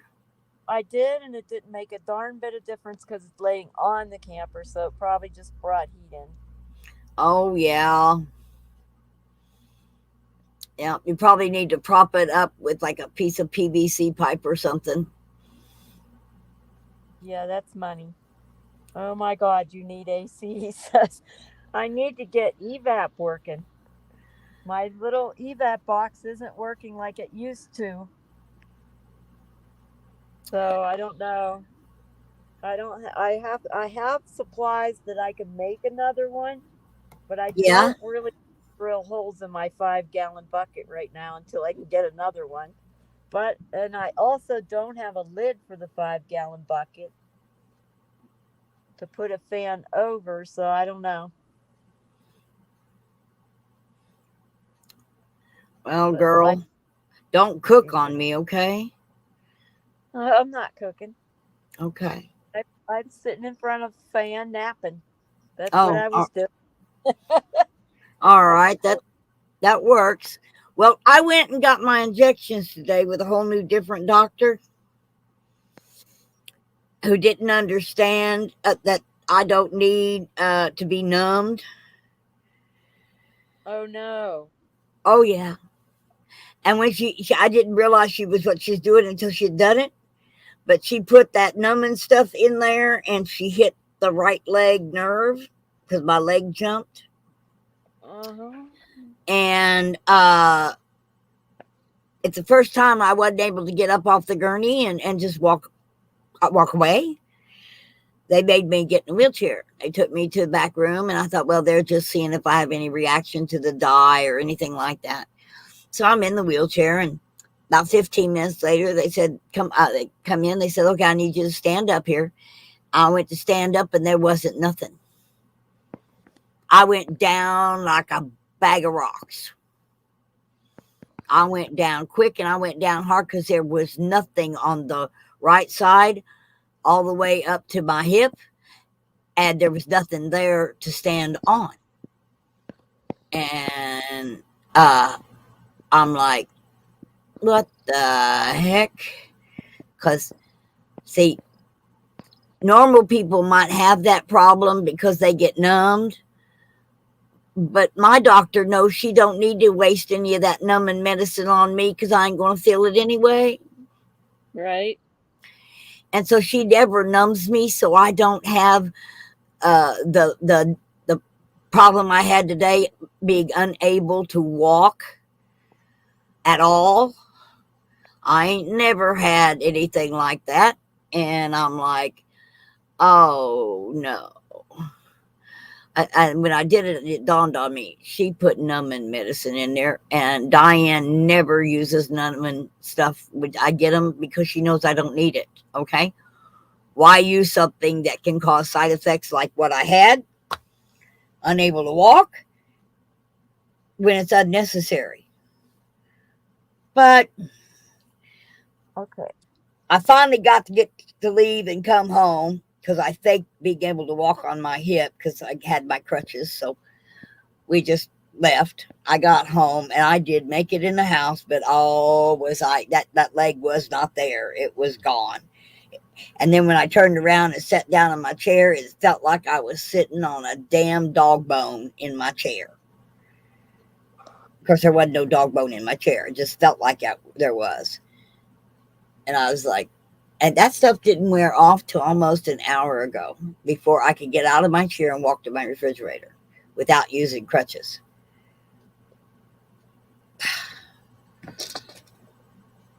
So, game dev, it's just I can't get to a store to get the bucket. It's a half an hour drive to Phoenix, and I don't drive around once I'm parked for camping. So I'm not going to be in the Phoenix Valley until the 18th when I can go pick up another bucket. But then the problem becomes, how many buckets do I carry around? You saw how packed my truck was, or I took the camera around and showed. I don't know if I can carry all that extra stuff. I don't have an address here. I'm just Hey, camping. I wonder if one of those watertight collapsible buckets like uh, Soup Mama has that she uses for extra little trash cans, they have a lid that seals on them too, but they're made out of a waterproof canvas, and they collapse all the way down into just a flat circle about 14 inches in diameter and Yeah, about 2 inches thick. you would probably weaken it by drilling big holes in the side. No, because it's held up by a big heavy spring, and it's a spring that pushes it down. If Yeah, you I don't. drill through that canvas, okay, you would now have a leaky bucket, but that's what you want with a evac bucket. Yeah, I'll just. Yeah, we'll figure I'm it just out. saying you might take a look. They carry them like at Bass Pro and stuff like that. That's probably cost a lot more than a 5-gallon bucket from Home Depot with a lid. But Yeah, but take yeah, up a whole lot less space when you're traveling. yeah. Did I tell you I got a knife through my folding sink, my collapsible sink? Yeah. I didn't want to wash the dishes before I moved camp, and but Oh, yeah, did your Gorilla Tape work to fix it? I didn't even fill it up yet that much yet. When I go to clean up and I fill it up for washing my hair and stuff, I'll know. Yeah. But Well, yeah, I don't know. Yeah, I also have to get more supplies than just. How would you put a heavy fan on something that's spring? Because the fan's going to have to sit on top. I have to somehow suspend the fan on the top so it doesn't fall off of it. Then I have to get something to pull because my little teeny pump isn't going to be able to pump enough water to keep the entire thing wet inside. So I've got to get a stronger pump. It's just a lot of money. Maybe it's just cheaper to buy an outdoor portable evap and pipe it into the camper. Yes, it is very amazing sky right now. I'm surprised the church building light didn't go on. I wish your camera had caught more of the light tonight. I could see the rays are still coming off of that light like that.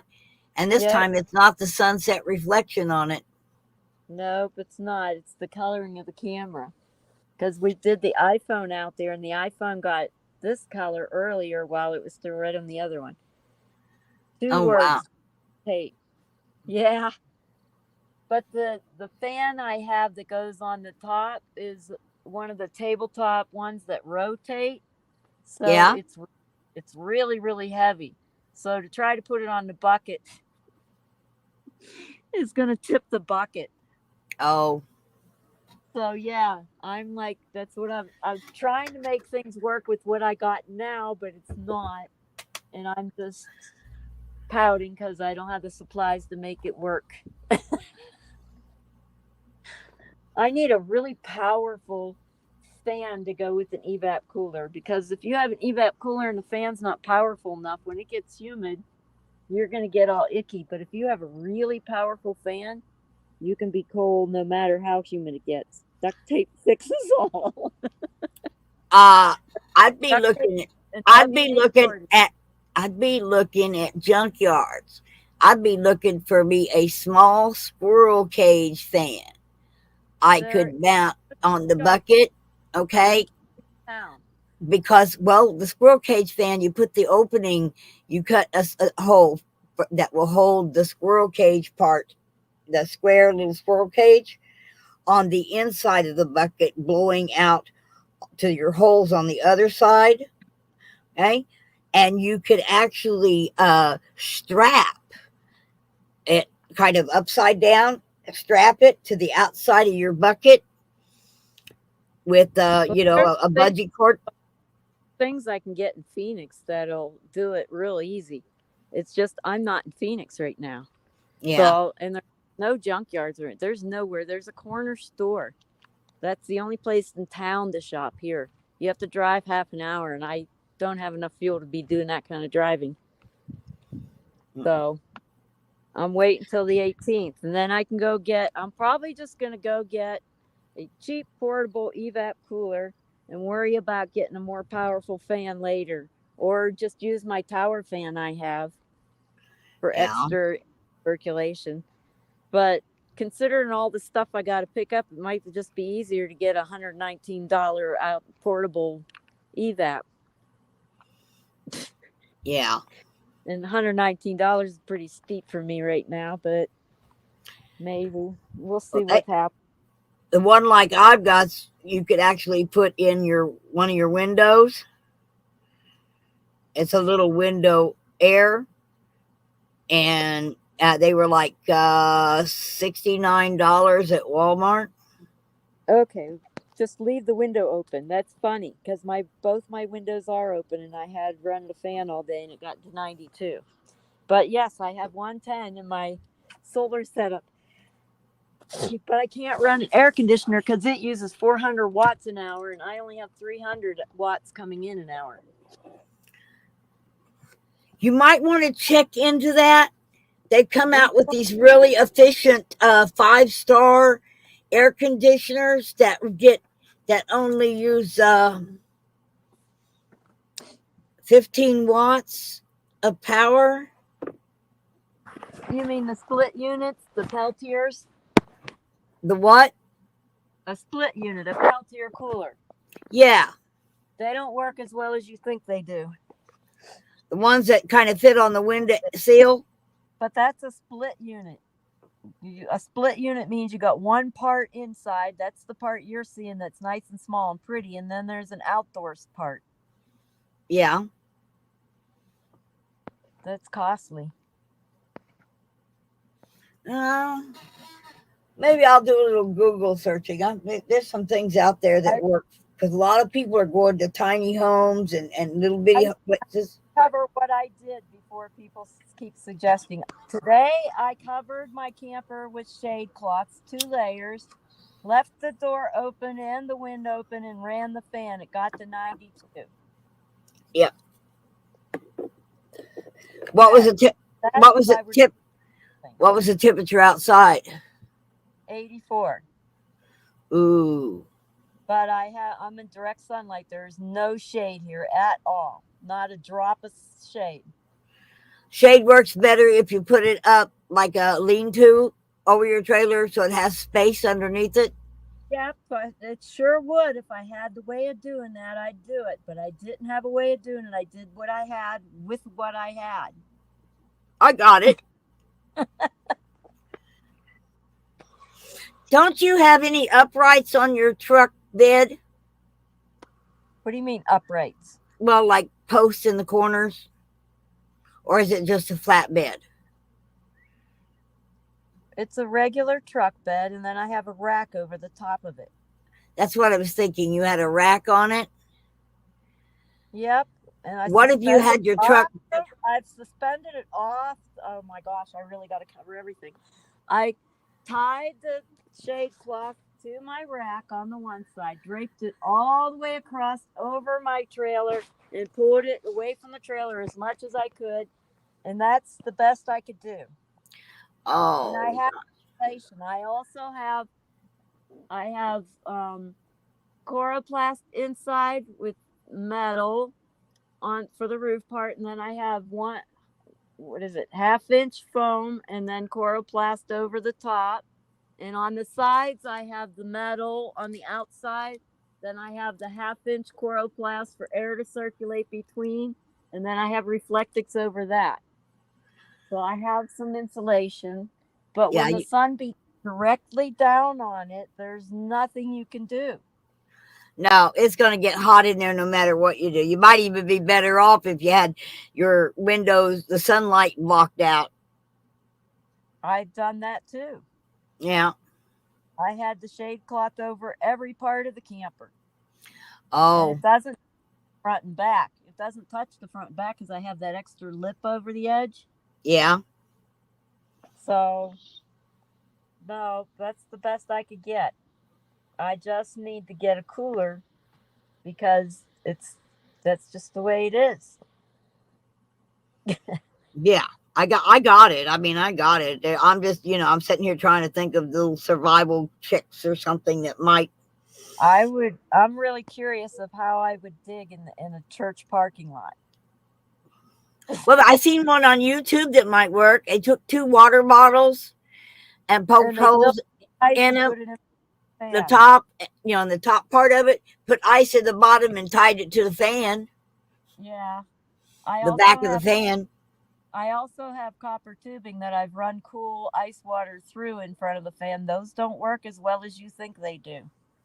Oh, no, I just said that was one of them little, yeah, Yep. They swear it works and all that stuff. No, no, it don't. yeah. Yeah, I'm not allowed to dig into the church's parking lots. That's true. And you can't dig at a lot of campgrounds either. They require anything with wheels to be on their driveways. They don't want holes in their driveways. Had a hole dug out, put his camper in the hole and covered it with dirt. Yeah.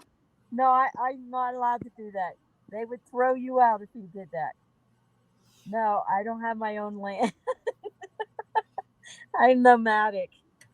So, but that I thought about because you can circulate air underwater too. If you were to have like a tube and you dug a tunnel underneath, you could put the tube with a water source and have cooling and blow that air up from under the ground. That would be cool too, but I don't have my own land to do that kind of stuff. So now we're back to Wendy's just got to go get a bucket and make an evap cooler and get powerful fan. I thought about a cheap little window cooling unit too, but that uses 450 watts, and the split airs are too expensive. It's like, wow, what else? And I did build a Peltier at one time, and it just does not work. That's why the split units are split units, because they have one part that does one thing and something else that does another. I have a swimming pool, yes, I do, and I can run hose through that. Except I don't have any, and I'd have to get some. And I don't see that that would cool the air fast enough if I have to get the air moving fast. There's so many options I've tried, and stuff just does not work the way they say it does a lot of times. It's frustrating. But they sell evap coolers for about 100 something on eBay. Yeah. And if I pipe that air in and then get powerful fan, I can probably make it work. But I Well, have to sit directly in front of the fan when it's humid out. And I fear it's El Nino year. Dry places are supposed to be wetter, that we're going to have a lot of humidity. yeah. Well, my brother-in-law just got one of those cube type of fans, all right? And he's been using it at the car lot.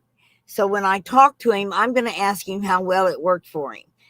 Because the car lot shop, you know, isn't much, his office space, all right, isn't got the floor space. It's got a lot more floor space than you have to cool. You mean the things they sell at Walmart in that S seen on TV, right? The cube? No, this is a new one. It's big.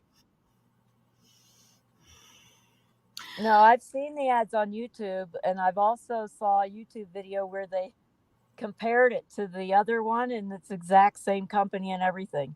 And I've Oh, owned really? I owned two of the other ones, and they did not work. Hmm. Well, they're saying it's new and improved. So he bought one. So I'm going to Yeah, ask him. You know, he's been using it at the shop. ask them, but I'm not willing to spend my money on it because I've seen the reviews. Yeah. I've seen the review. They took it out side by side. It's the same exact company and everything. Oh, really? It's a kid in high school who came across it, cooled his whole classroom. Like, no, it didn't. Oh, yeah, that's the one. Oh no, it's not. It's the exact same one I owned. And this ain't no classroom, and it didn't even cool my other one that was half this size. The air barely came out of it. Oh, Lord. Yeah, you'd have to have it on your desktop and sit directly in front of it to feel anything. It won't cool the place. It'll cool you, maybe. There's one in the book I just got for Daryl on survival crafts. Okay. And they use a Uh-huh. styrofoam cooler for an evac. Have you ever been to Instruct? I did. I built one of those. Have you ever been to instructables.com? No. It tells you all about them. I did the styrofoam one. I did not do the bucket one, but I still have to find a way to get water up into the blue thing. And the hose and the tubing I've used doesn't distribute the water evenly. So I checked the prices of the pumps they use for the ponds, and they're like 40 to $50. So if I go get one of those, plus a, the bucket and everything, and then a powerful fan, by that time I'll be running up the cost of a $100 evap on what's going on out there. Yeah. I'll be running up the same cost as an portable evaporative cooler. That what you're talking about? What? No, portable evaporative coolers are bigger. Okay. It's not I know cube. exactly what you're talking about. You're talking about the one I got that rolls around on wheels and it collects the water in the bottom and it in a pan. And then it got a hose that you stick out a window or a door for its venting. Yeah. I got one. You want it? How would we get that? Well, I'm not in Missouri to go pick it up. I can just get one delivered in Phoenix by the 18th. what if I could locate a trucker headed that way? What are the There's no convoy? there's no truckers that come through Wilhoit. But you're going to be going down into Phoenix, am I right? Yeah, I can get What lots of Phoenix What if I could find a trucker that's coming through here on his way to Phoenix? Okay, to drop off. How many watts does that use an hour? Because I was, and that's it's a still a 110. dip. It's a 110. Okay, and Huh? it's a 5-star energy. But you know how many watts it uses? Honey, I do not. It's sitting out at the farm Yeah. in my survival building. If It's it's a been sitting. regular air condition, does it take moisture out of the air, or do you Yes, fill it with it water? takes moisture out of the air, and there's a Okay, drawer in the bottom of it. Okay, then it's going to use and the about. little red light will flash when it's full. You take that water out. All right, Okay, before you do anything, write down the brand name and the model number, and I'll look up to see how many watts it runs. If it runs 450 watts, I can't run it. I got that. I got that. But now I know what it is you're talking about. Okay, No, I couldn't what figure out what I. what you're describing right now isn't what I was talking about, but that's okay. I'm just saying but this thing's 3 foot high and 9 inches wide, Yeah. and it's no, it's 12 inches wide and 9 inches deep. But now I know what it is you're talking about, sort of. No, not the same thing. You don't know what I'm talking about. Evaporative coolers, you have to put water in to make it work. Oh, no, no. Mine's an air conditioner dehumidifier. Okay. Yeah, that's about 450 watts. I can't use it. Oh, okay. So yeah, But I told but you what now to. I know if I was to go look at Google's and stuff like that, just doing a little play around on the computer, you know, I might find something that's, now that I understand what you're looking for. You know, you're looking for a humidifying It's called evaporation. evaporative cooler. Okay. They call them swamp coolers, right? Yeah. That's We affordable, and that's what I can afford to run on the power system I have. Because I can't run regular air conditioners like you're talking about, stuff that's going to pull moisture out of the air. I can't run that on there. It's at least 450 watts for the lowest power one.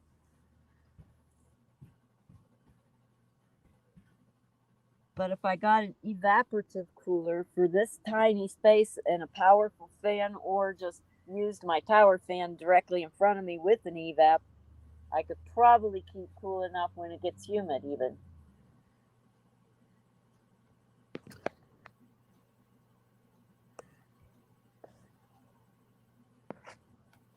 I know, it's kind of crazy.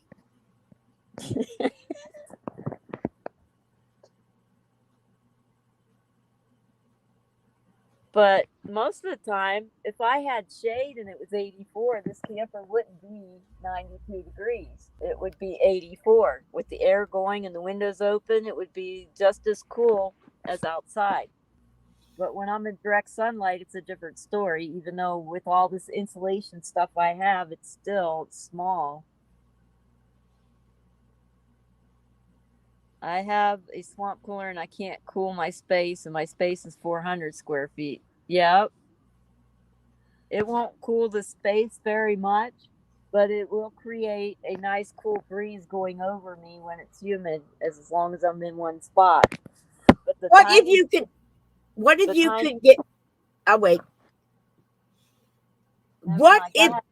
you could get a swamp cooler that runs on solar power? when I plug it in, it is running on solar power.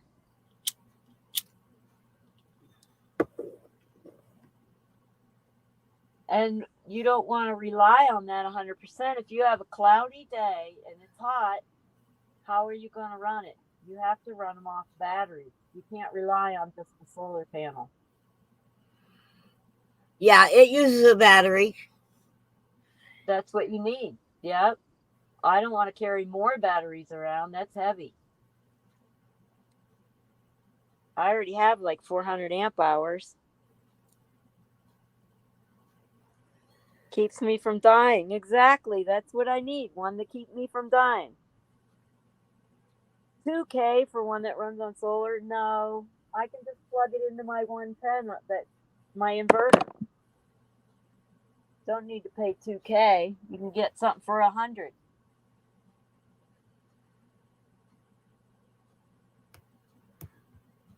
Hmm. I Now know. I'm looking at all these things because you remember I said I wanted something for my truck, okay? Yeah.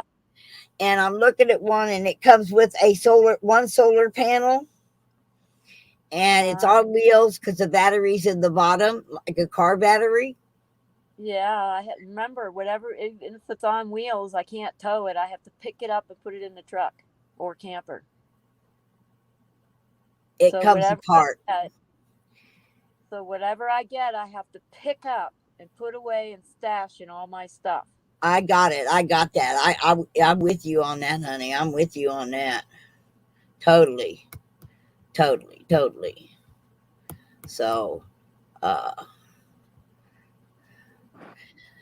but it's kind of interesting what they have on here. Like they got the one you're talking about. That's a homemade EVAP air cooler bucket thing. Yep. Um, they got it's on YouTube. It says homemade EVAP air cooler. That's kind of neat. Uh, they Why got would the I buy one that somebody does else this. made? Hey, honey, I know what I got an extremely powerful fan, and it's just a little bit bigger than a coffee cup, and it runs on low voltage, 12-volt voltage, or Like 110 low like voltage, like and it. computer. Those things are pretty powerful. Honey, this came out of an air mattress Okay. that blows up the air mattress. Mm-hmm. It's a very powerful fan. And because it's got the flange on it, where it went into was the outside part on the bed, okay? That's bigger around than the motor. The motor, they got one sitting, don't even say this, I'm looking at pictures, and they got one of those sitting on top of the lid of a styrofoam cooler, and got the PVC pipe bend coming out the other end where the air comes out off of the water in the cooler. I wouldn't have thought of that fan, but it's right here at this house, and it only weighs about 3 pounds. Okay, it'll fit in one of those, ship boxes pretty Mm-hmm. damn easily. And the only reason I got it is because, uh, uh, oh, damn, the mayor of the backwoods, Dennis Raines. What? Somebody abandoned an air mattress, had a big hole in it. So he took the air mattress apart because he wanted the rubber to go on over his trailer to waterproof his little pool trailer. And I said, well, this motor might come in handy someday. So I picked it up. I Right? have an air mattress motor thing to blow up an air mattress. The motor. Yeah. Well, this one here was one that was built into the air mattress. Okay. And it has the electrical cord that clamps And down way in it. more powerful than the other ones, I guess, is what you're saying. They're way more powerful than the other mattress pumps. Oh, a whole lot more powerful. It would air my mattress up in about 3 minutes. and it was a double thickness air mattress. Okay. All I had to Mine do blew. was plug it in and push the button. Okay. Yeah. Yeah, mine worked that way too. It's a very, very powerful motor and blower. I just don't know how long it would go. I don't, it seems to be totally um, circuited. Okay. I don't think it, I think it could run for a long time, you know, in a day. I don't know what its lifespan would be, but this guy's got one mounted in this picture on a styrofoam cooler in this do-it-yourself called Off the Grid World is the Yep. name. Yep. You go to instructables.com and you could see all that stuff. And I had built one with an air mattress uh, blower. I used to have. I'm just saying I got one sitting here in my trailer taking up space. If there was a way to Okay. get it to you, okay? I mean, it's like 3 pounds. It's not a lot in Right. weight. I don't know what the cost would be to like go to what are some of the overnight delivery places? Uh, oh, there's one here. It's a store, you know, you go to and they package it and ship it for you. Damn. Uh, but I can call them and find out what it would take to ship something like that if you want it. If you want to ship it, I can try it. Yeah. I gotta go shut the outside camera off because it's just dead. Okay. Oh, my camera's backwards. Oh, hold on. I forgot I reversed it to show stuff. Now you're looking at my coffee stuff. Here we go. Oh, I can just remove it from the stream. There we go. Now I'll go get the other thing. Okay. UPS or if you want to send it, I'll try it. I gotta get that camera.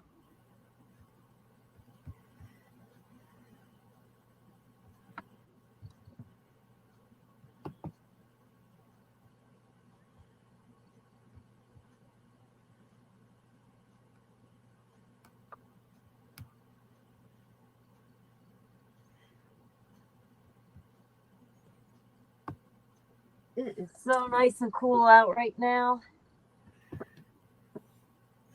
Oh, wow. Oh wow, what? Oh, I sent you a link to some crazy idea. Oh. Go to instructables.com. You'll see a whole ton of them. That's what I'm looking at. Okay, I've been a million times. I've tried half of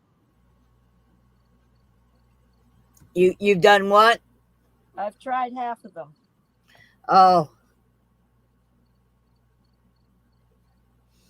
But if I can find a way, I'll dig it out of the back room when I can walk safely. I even Peltier one. Huh?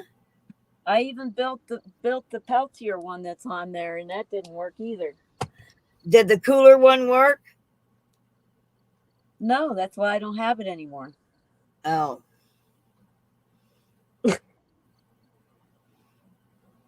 But I didn't have a decent pump, I guess. Get out the sleeping bag. Oh, it's nice and cool inside now. It's only hot in the middle of the day. Yeah. Well, you need to go find something to do in the middle of the day and only have to come back after it cools off a little. There you go. You Yeah, know. that's what I'm doing tomorrow. But I like being inside. And you like warmth anyway. I'm kind of like When it gets up to 100, I'm in trouble. You know, I mean, 100 is too much for me. But I could handle it. My friend was here and she said, "My God, Mona, it's hot in here. You need to turn that air conditioner different or something." And I'm like, you know what I had that don't worked feel hot to me. mobile home was I had an old TV tray and I took the tray part off, and I have a cotton woven blanket, and I had a big swimming pool, and I put that in the swimming pool so the water wouldn't go all over my floor. And I kept that blanket really wet, and I put a box fan in front of it, and it cooled my 5x10 room, and it worked really well. The problem is it's too big for a space like this to make it work. Yeah. That's the problem, because there's lots of things that could work in a normal situation, but this is a tiny space. I have to be able to get around.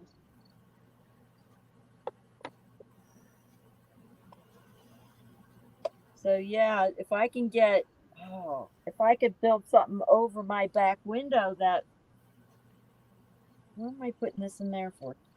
That if I had something in this back window that was kind of like a box with the evap pad and my pump, like a pan at the bottom here that would catch water, and my pan can cycle the water back up over it, it would work. But I don't have that kind of supply. And I'm like, I could probably use a plant trough as a thing, but I'd have to get it to stay on the side of the camper without it coming off when I travel. All these extra considerations drives me a little buggy. I got it. I understand completely. It's like my pick 'em up truck. I was looking for something small. I don't have much space when I'm living in the back of the truck. Yep. You know. So I'm right now what I'm looking at doing is, because I got the camper shell. Well, when we was convoying, the window between front window on the camper shell, all the caulking fell out, come loose. So it was raining in there, water leak. Well, I took some Flex Seal spray glue and I sealed it up, temporary fix to a permanent problem. But my pickup truck has the sliding open window in the middle. Yep. And so I've got to get that window fixed. Well, it's cheaper to replace that window with a slider than it is to replace that window as a whole window. So I'm going to get a slider put in the camper shell truck and get me a boot to go between them, because the air conditioner on my truck works very well. Okay. And I can wire it to go directly to my marine battery. And my little 110 here will run on that all day, in the heat of the day, all day. I'm not moving to Missouri. It snows there. Yeah. We got a whole 6 inches last year. By the time I used up all that fuel to drive that way, I could get an evap cooler built custom.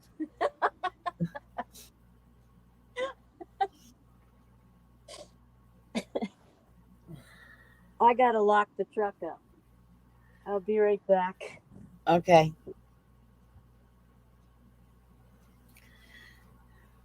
It's cold out here.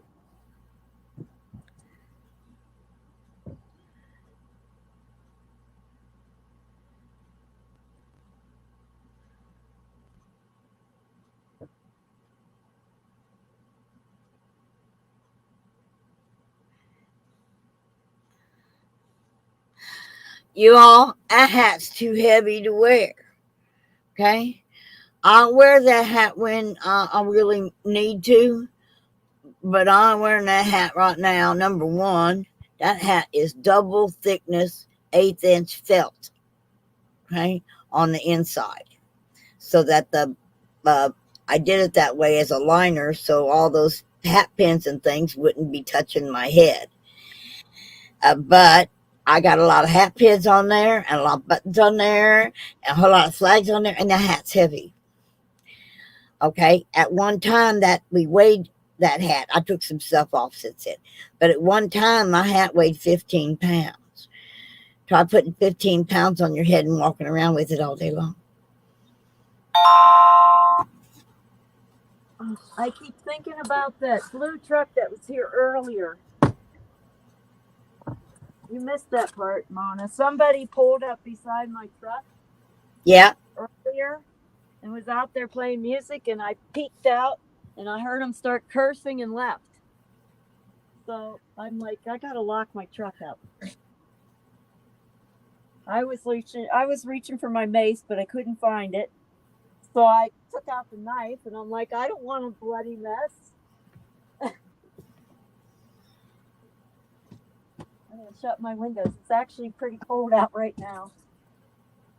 Too bad I can't bottle up this cold air. Save it for later.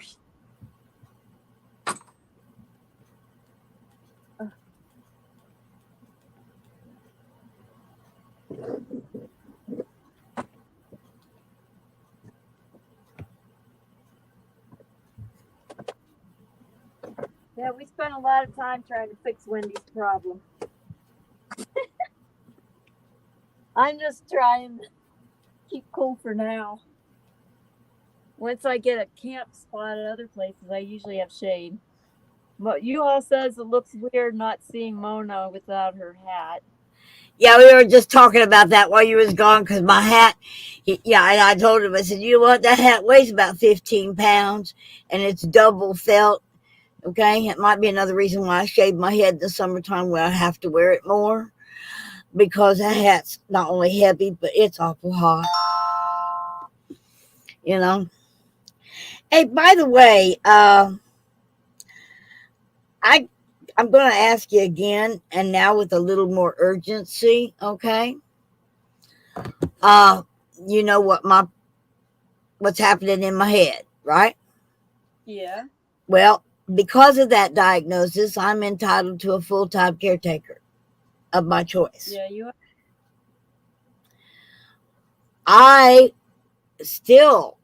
I want to go make some memories. Memories Right. that are funny, happy, joyful, enjoying myself, whatever. Okay. So that when I can no longer remember, Yep, I remember. I can play them back, right? So I really need a person who can.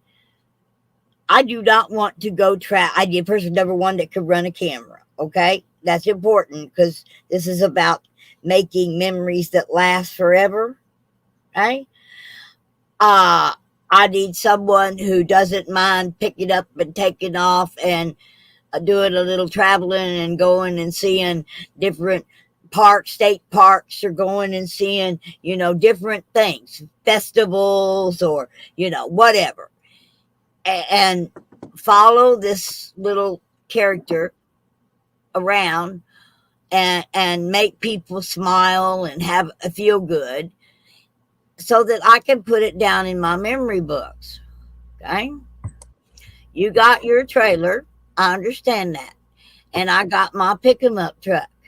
But my pick 'em up truck is quite capable of hauling your trailer. Okay? Anywhere we needed to go. But I don't have a lot of money, but I do have a lot of folks out there that love me and like to watch me do that. And I really believe, I can cover some gas money and things like that. And I got food stamps and, I'm not going to go hungry. But I think folks would enjoy watching us. Oh, go watch really, really, really beautiful sunrises and sunsets from wherever. Okay. Now, I don't. All right. I'll listen. Not that strong. You're stronger than you give yourself credit for. Okay? I can't lift my left arm at all. I don't know what you're talking about. Okay, you know what? I can't lift 6 pounds by myself. Okay. I if I needed like that, you was talking about having to lift that air conditioner up. No, I got these portable ramps that go with me everywhere, so that I can put them on the tailgate, and I could roll things up in my truck. I don't have to lift them up in my truck. Okay. And I'm when it comes to that heavy lifting stuff, all right, I got a mouth, and I'll find somebody that'll lift that up into that truck for me if I needed it there, if I couldn't figure out another way. Now, I got totes that I can't lift by myself. They're not necessarily heavy, but they're awkward. I try to keep things lightweight, easy to move around. I try to put things where they need to be so I don't have to move them around. Okay? I try to make things as easy when I travel as possible. And the point is I got a home base. I got a spot where we can offload things that we don't need, but we still want. But we're just not going to take on this trip, or we're not going to take on that trip. I got a home base here. I'm still going to have to pay rent. I'm not going to leave. I'm good here. But I don't know how long I have to make memories. It's getting bad. And it's getting bad a lot quicker than I expected it to. Okay. I was looking at 3, 4, 5 years, and I'm having some minor. They're minor to other people. They would be considered very minor. To me, they're not minor at all. Forgetting the ragged old flag was an eye opener for me. So I don't know for how long, and I don't know how far we can go. I don't know how far the money will take us. Take us quite a ways if the chat steps in and helps with gas money or lodging, or we can go stop in and take a bath or a shower one night. Maybe we can get them to, get us a motel. But that's not the big deal. It's I want to go see. I don't have to travel too far from my home to see marvelous things that I don't want to forget. Okay. I want to go down to Kentucky. I want to see Noah's Ark. I'd like to go back to Pigeon Forge. And we went there to go to Dollywood, but I'd like to go to Pigeon Forge just to go bug tussle around town. Okay. I'd like to go to the Grand Ole Opry Hotel. I was there the year they built it and put in all them plants. I went back every year for 3 years to watch it grow, and then there was a flood. And I haven't been back to see what they've done with it since the flood. But there's the most beautiful flowers and plants. And they've even got a little place you can go in and sit down and have coffee or a drink. And it rotates around this dancing water with all these tropical plants that grow all the way to the ceiling. I'd like to go back there. I don't have to go too far because the September the 30th over at Tahlequah, Oklahoma is the big Indian powwow. Okay? And we get there early. Camping's free. And get there a couple days early. We can camp right there on the reservation, right there at the powwow grounds. And sit there and enjoy all the different costumes and crafts, and take a trip over to they got a little shuttle from there that you can take a shuttle over to the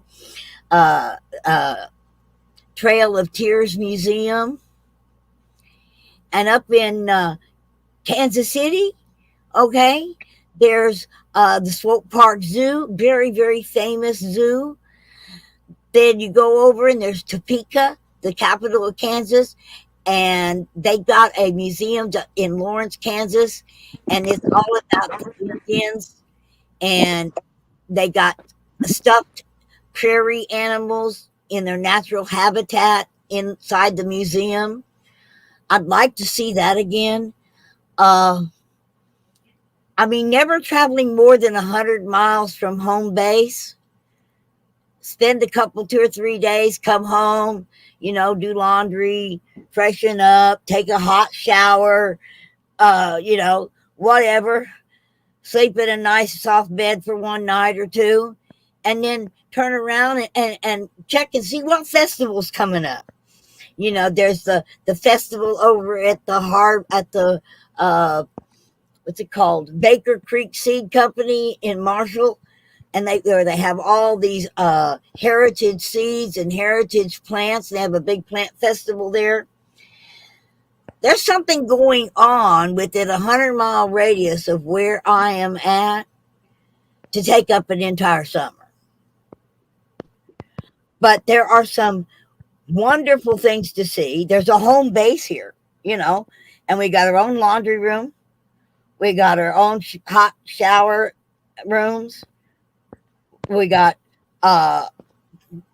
stove, refrigerator. If we want to do some baking or cooking or whatever, we go right on up the clubhouse. We got a full service kitchen up at the clubhouse that we can use at any time. You're not talking about spending a lot, but to get here. And I mean, I need to make some memories, Wendy. I've got to do this for my grandchildren and my children. And in the meantime, I can talk about survival skills, while we're driving down the road. Okay. We can talk about, we can live stream our travels. I'm sorry, but I'm one of these folks that I'm on a journey. I'm not going to a destination. Flossing on so relaxed. Right? Mom, I know what you want, but I don't live with other people well. I can't be a caretaker. I just can't explain it. I mean, I would, if something I could have done, I would have done it right away already. I understand. But I had to make the offer, because I have to have somebody I can trust. Okay. I got to have somebody that I could, because it's not what you can do for me, but with me. And it's not about, it's about knowing that I'm in safe, good hands. Crazy person when I'm with other people on a long-term basis. Trust me, I live alone for a reason. Okay. Oh, sorry. Well, no, traveling around fun and stuff, but I can't fully explain it. It's just I don't. Okay, I'm just letting you know that there is. I mean, I have access. Okay, and use up 77 acres. If you want to go out there and be way where nobody's around and stay for days, you can do that too.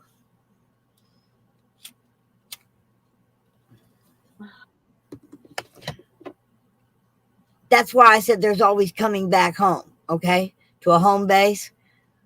All right, so that you can park and be alone and that sort of thing, and let's do weekend trips. Let's take off on a Friday night and stay gone till a Monday morning. You did real well coming down with Eric on a trip. I think. I guarantee you, if it was longer, we would have killed each other. His poor car.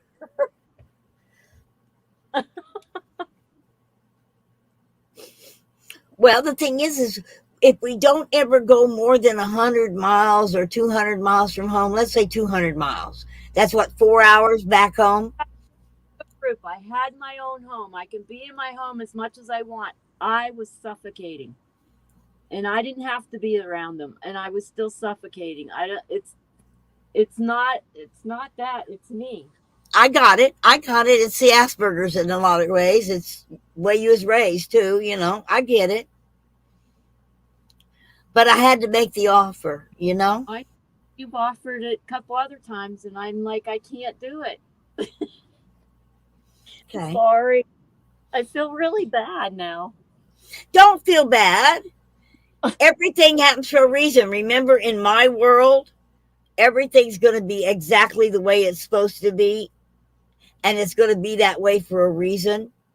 Maybe talking to you is a way of putting it out in the universe so that the There. universe might send me someone who can. All right. It gave me an opportunity to make the offer. All right. Yeah. Out and put it out there that the offer's Oh, there, but the person has to, they got to pass a background check, you know? I got to know that, either know them quite well, or I don't trust anybody. I okay. got to So get to now, know them. like Grow Better says, flossing on camera, so relaxed. I'm like, that's not relaxation. Uh, uh, uh, uh, uh. It was tension. I don't like saying no, but I have to for Yeah. everybody's sake. You don't know what I get like when I'm And she living with knows people. herself better I, than anybody else.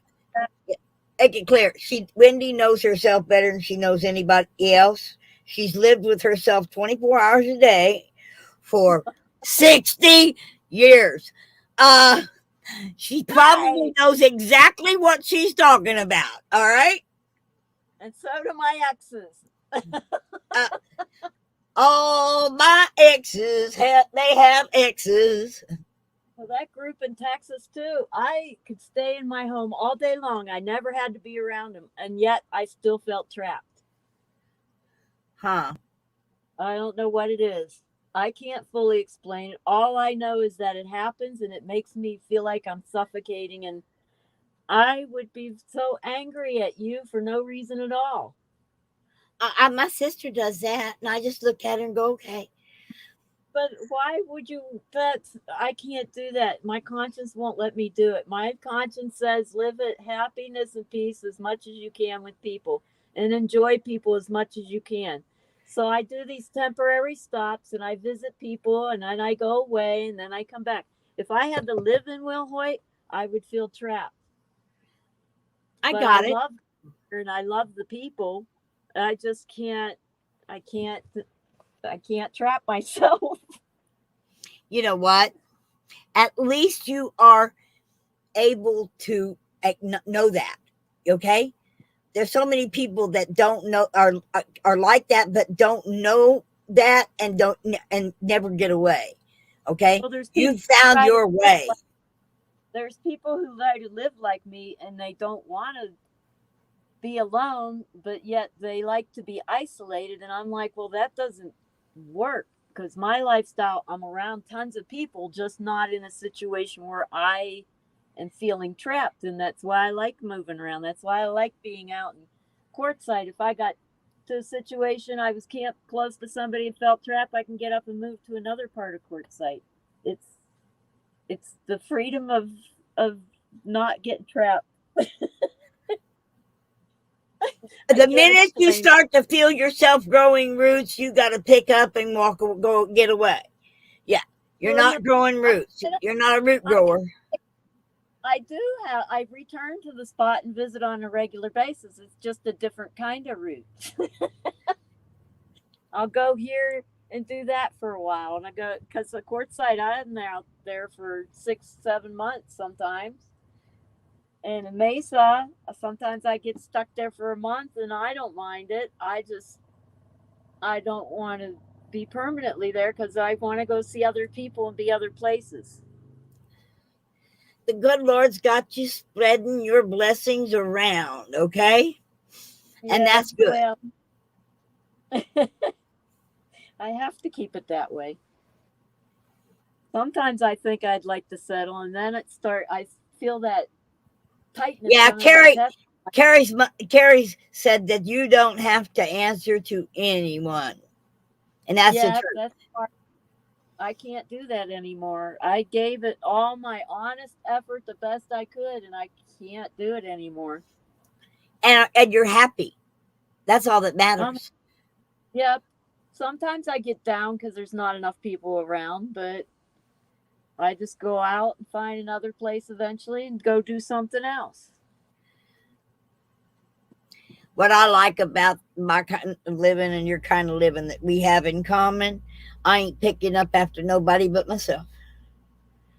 I I don't have mean, to like, worry about other people where I'm going to stick other people's clothing, or you I don't know, have to worry picking up at all. I can leave it trashed if I want. And yeah, the nice I'm talking about, the old man would hand me his dirty plate, couldn't even get up and go rinse it out himself. If a dish don't get rinsed out, the only person I can blame for not rinsing it out is me.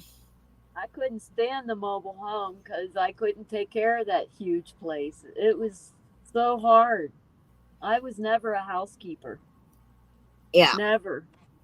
It was horrible. My kids will tell you stories about me taking long boards and just shoving stuff into a corner and throwing it all in the box. And that's how I would clean.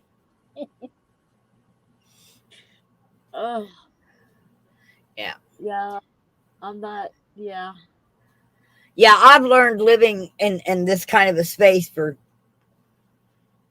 40 years now, somewhere around there. Uh, Everything has to have a place, and it's got to be put in its place, because if it ain't, it closes in real fast. Yep. I got, yeah. I was able to do that for a year of my life. And then I stopped. It was exhausting. I don't have that kind of energy. But every time, every place I camp, it's a different setup. Yeah. I can't even commit to the same old setup all the time. Yeah. Yeah. Well, I ended up uh doing a whole bunch of downsizing, and I'm fixing, now that I got my injections, and I'll be able to bend over and walk and do those things. Uh, I'm going to be doing a whole lot more downsizing. Yeah, that's what I'm going to be doing. It's supposed to get cooler. I'll be out there Thursday going through my truck bed, seeing what I can get rid of. I've got to go through my junk drawer in here. I got to go through my other bin. Well, I've kept my truck as a full bug out buggy for Yeah. about 10, 15 years now. And I'm like, okay, I don't go out and use it for going camping and traveling, because I've got it all packed up with bug out stuff. And I'm like, I own a 10 by 16 storage building sitting on the farm. Why am I packing this bug out stuff with me everywhere? When it comes time to bug out, all I need to do is have a full tank of gas and the ability to drive it as far as the farm. Okay? That's all I need. I don't really need to have the cook stove, and I mean, I could downsize so many ways, and then I I can hate get everything put in that truck where I don't have to dig for it. That's the part that gets to me, because everything likes under the bed, I got to dig for. But if I was to put some sliding flat drawers underneath that bed, I could pull them out and get to everything a lot easier, and I wouldn't I have to dig everything out to get to it. I want drawers on the back of my truck to pull stuff out. I get tired of digging through everything. It'd be so nice to be able to just get it in there, have my Instapot, rice cooker, all that stuff right in the back, and take it out as I need it. I hate storing it inside the camper all the time. In fact, my Instapot's on the driver's seat in my truck. So if I Yeah, had to get and run from a forest fire, I got to throw all the stuff out of my cab and take off. I can't even just hop in the truck and drive. I can't take a passenger because my fridge is on that side. I'm like, I need the back of my truck outfitted so I can put it there and have my truck cab. yeah. If you had a shell on the back of it, No, I don't want a shell because then I have to try to, I need to see through the back. I have to be a hyper vigilant driver because of the Asperger's. yeah, So I'm hyper vigilant. I have to see where all the cars are all the time. And I barely see over the camper. that's why you But have a rack rather than a shell, right? yeah, What if you had a canvas shell you could put up or take down? That would be tedious work. I thought about it, but it would be tedious work and I would not want to do it. In fact, I'm trying to fix up things inside my camper so I don't have to pack them away every time I want to drive it somewhere. Oh, yeah, I guess that's what's be. I'm Yeah, to the point I've annoyed lived at in that. trailers for a long time. Yeah. I got tired of what at one point I was moving every 14 days. Yeah, when I I moved. had a 32-foot fifth wheel, and I'd move it to Fall Creek Resort for 2 weeks, and then I'd Yeah. have to move out and move over to Castle View for 2 weeks, and then I'd move over to Treasure Lake for 2 weeks, and then back to Fall Creek for two. I did that every 2 weeks for 6 years. I have to pack up my solar panels because they don't fit in the truck bed. And to get them in and out of the truck bed to hook them up on a cloudy day is a pain in the butt. So they're sitting alongside my camper Well, until a cloudy day. I And fell I'm in getting, love with the bungee cords yeah, and good I have handles problems. on the doors. Okay. And I even got to where I was able to strap down my computer table because I put a cardboard box that went over the front of the computer slide out. Okay. And bungee cord that in, and I'd bungee cord my computer screen in. Oh, heck. I got to where all I really had to do was hook up all the bungee cords and I could head on down the road. Nothing was going to move. I got that 1 inch pink foam and I have some epoxy. I want to make countertop for my kitchen cabinets because the shelf unit's bending it in now because it's only on part of it and it's plastic and gets warm. So it warps a little. So I need to get that done. Or at least get it cut to the right size and put it on there so when I get the shelves on there, it's not warping my drawers. Then I got to cut the other pink foam for the other parts, but it's like I don't have a spot to work. And now I have a spot to work and it's just a little too warm inside that I just keep sleeping. Yeah. I got plenty, and then I'm thinking the 1 inch foam is going to cut off because you know how my roof curves. If it goes up higher on that side, it's going to cut off some storage space. And I'm like, oh no. So I'm working that out. But as it is, when I travel, I have to take the top boxes off the bottom ones because they don't glue together right. I was going to take them to the wall, but the things I got to put in the wall didn't work the way I wanted. And it's like I'm buying these things to try to do stuff with, and it's not working. I would love to have a handyman who could figure it all out for me. At this point, I'm getting tired of wasting money trying ideas, and Yeah. that's why I quit. I can't figure it out for you from Missouri. No, and I can't figure it out for myself. I keep coming up with ideas, and I'm like, that ain't gonna work. That ain't gonna work. That ain't gonna work. I Yeah. want to I be able got to the just same problem. and boom. My front kitchen wall, okay, it slopes in. It's narrower at the bottom. So it's got this slant in it. And try to hang a shelf on it, it don't work because it slants unless you do special shimming. And it's got this big window in the front. So there's no place to put a shelf that you're not standing it three I and a was half gonna make feet. I was gonna make those cabinets out of the pink foam and epoxy, and I made one for that my water sits on now, and it's not even finished. It was so much work. I'm like, I can't do this much work. So I have one box that's real ugly looking that's only half done. And I gave up that idea, and that's when I ordered the drawers. I'm just tired of ideas. I'm spending money on stuff that I can't finish, and it's bugging the heck out of me. Well, that's when I went to milk crates. And my whole back room, my whole storage room. Oh yeah. Yeah, Because they got the holes in them so the bungee cords can fit over, hook on them to keep everything inside. they're so And heavy. huh? Oh, I started those lightweight plastic milk crates. it was heavy, so then I went and bought the clear storage bins, and then I got tired of having to take the stuff off the top to open it.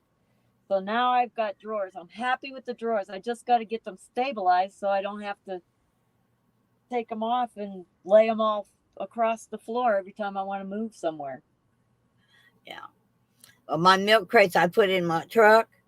Okay, I lay them on their sides so they're open. They're Yeah. not stacked on top of one another when I'm stopped. And then when I get ready to go someplace, I set them up so that they don't spill. Yep. But I got to close the humidity out of my clothes. So crates don't work. I know I have so many different needs. In the wintertime, the humidity, when you heat, it builds up really fast. So if I don't have my clothes and stuff in something to keep the humidity out, it doesn't work. Everything gets moldy smelling. Have you seen those things they sell at the Dollar Tree that you put in the closet that takes out the humidity out of your clothes? They're real Yes, tiny. yeah. I have one electric one, and then I've had the dry and hanging ones. Yeah, that's not the answer. It's not the answer, huh? It's better to have them in the drawers where they don't get the humidity.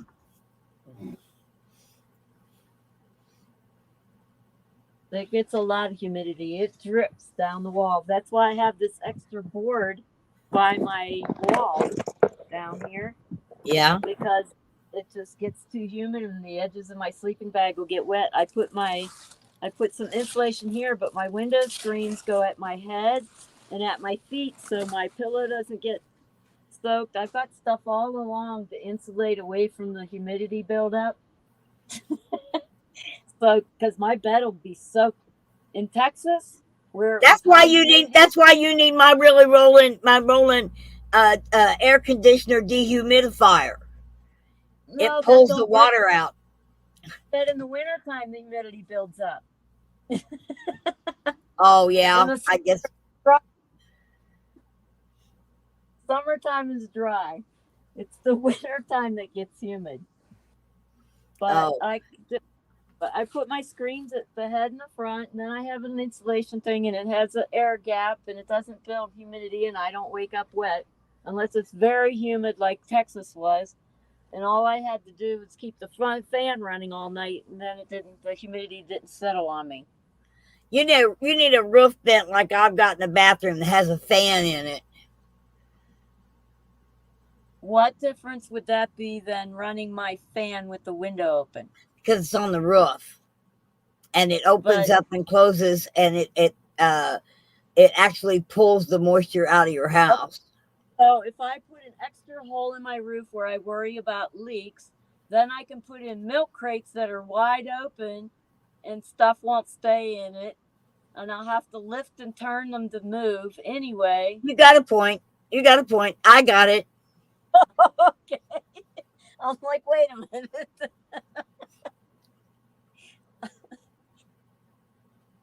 No, this all started because I got hot in here and my current evap isn't working the way it used to. Yeah. We don't want you to fall asleep and not wake up. What? Don't want you to fall asleep in the heat and not wake up. Oh, it's only 92 degrees. That's not going to cook me. Nah, not really. You're used to it, too. You're used to the Arizona heat. Well, maybe not 92 all the time, but yeah, I was. I'm getting to where I'm wimpier. And you're not always going to be in. You're not always going to be in a site this summer that doesn't have no shade either. No. In fact, if I get the camp up in Flagstaff, it's all forest. It's all shade. That's not even going to be hot at all. But if I get the camp hosting job, they better give me a shady spot because I won't make it. Yeah. But with shade, it's the same temperature as outside. It's when the sun beats down that it gets hotter. You know, we got a camp hosting job open here. And there's one in New Mexico I can go to too, and that's a lot closer. Well, you got a point. I'm not going. I'm not going to stop, okay? I got 243,000 miles on that poor truck, and I don't know how much longer it's going to make it. Got a point there, too. When it's done, it's done. Good night, Carrie. That's my other thing is like that truck's going to give up, and if I'm somewhere else, then I won't get back to Arizona. That has the shortest travel to go from cold to hot. Yeah.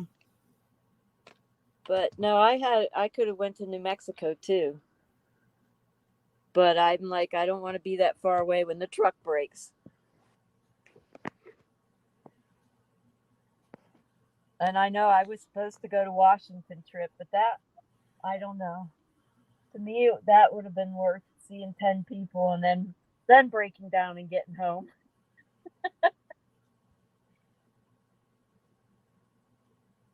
Okay, I was trying to read the chat. I thought there was something else there. You know what? That sun's been down a long time, and I got to be up. What time is it? It's almost 10, and I got to be up before 8 because I'm helping in the food bank, filling out all these forms for people who don't want to fill out forms. Well, you know what? Are you enjoying it? Are you going to enjoy it? Yeah. But that's all that matters. Trying to say I'm going to have to go because I got to get up in the morning. All right, baby. Well, I love you. Good night. Sleep tight. May angels sit on your pillow. No, they might keep you awake if they're on your pillow. All right, honey. No, nothing on my pillow. Just me. Yeah. All right. Good night, dear. Bye-bye. Good night. Night, everybody.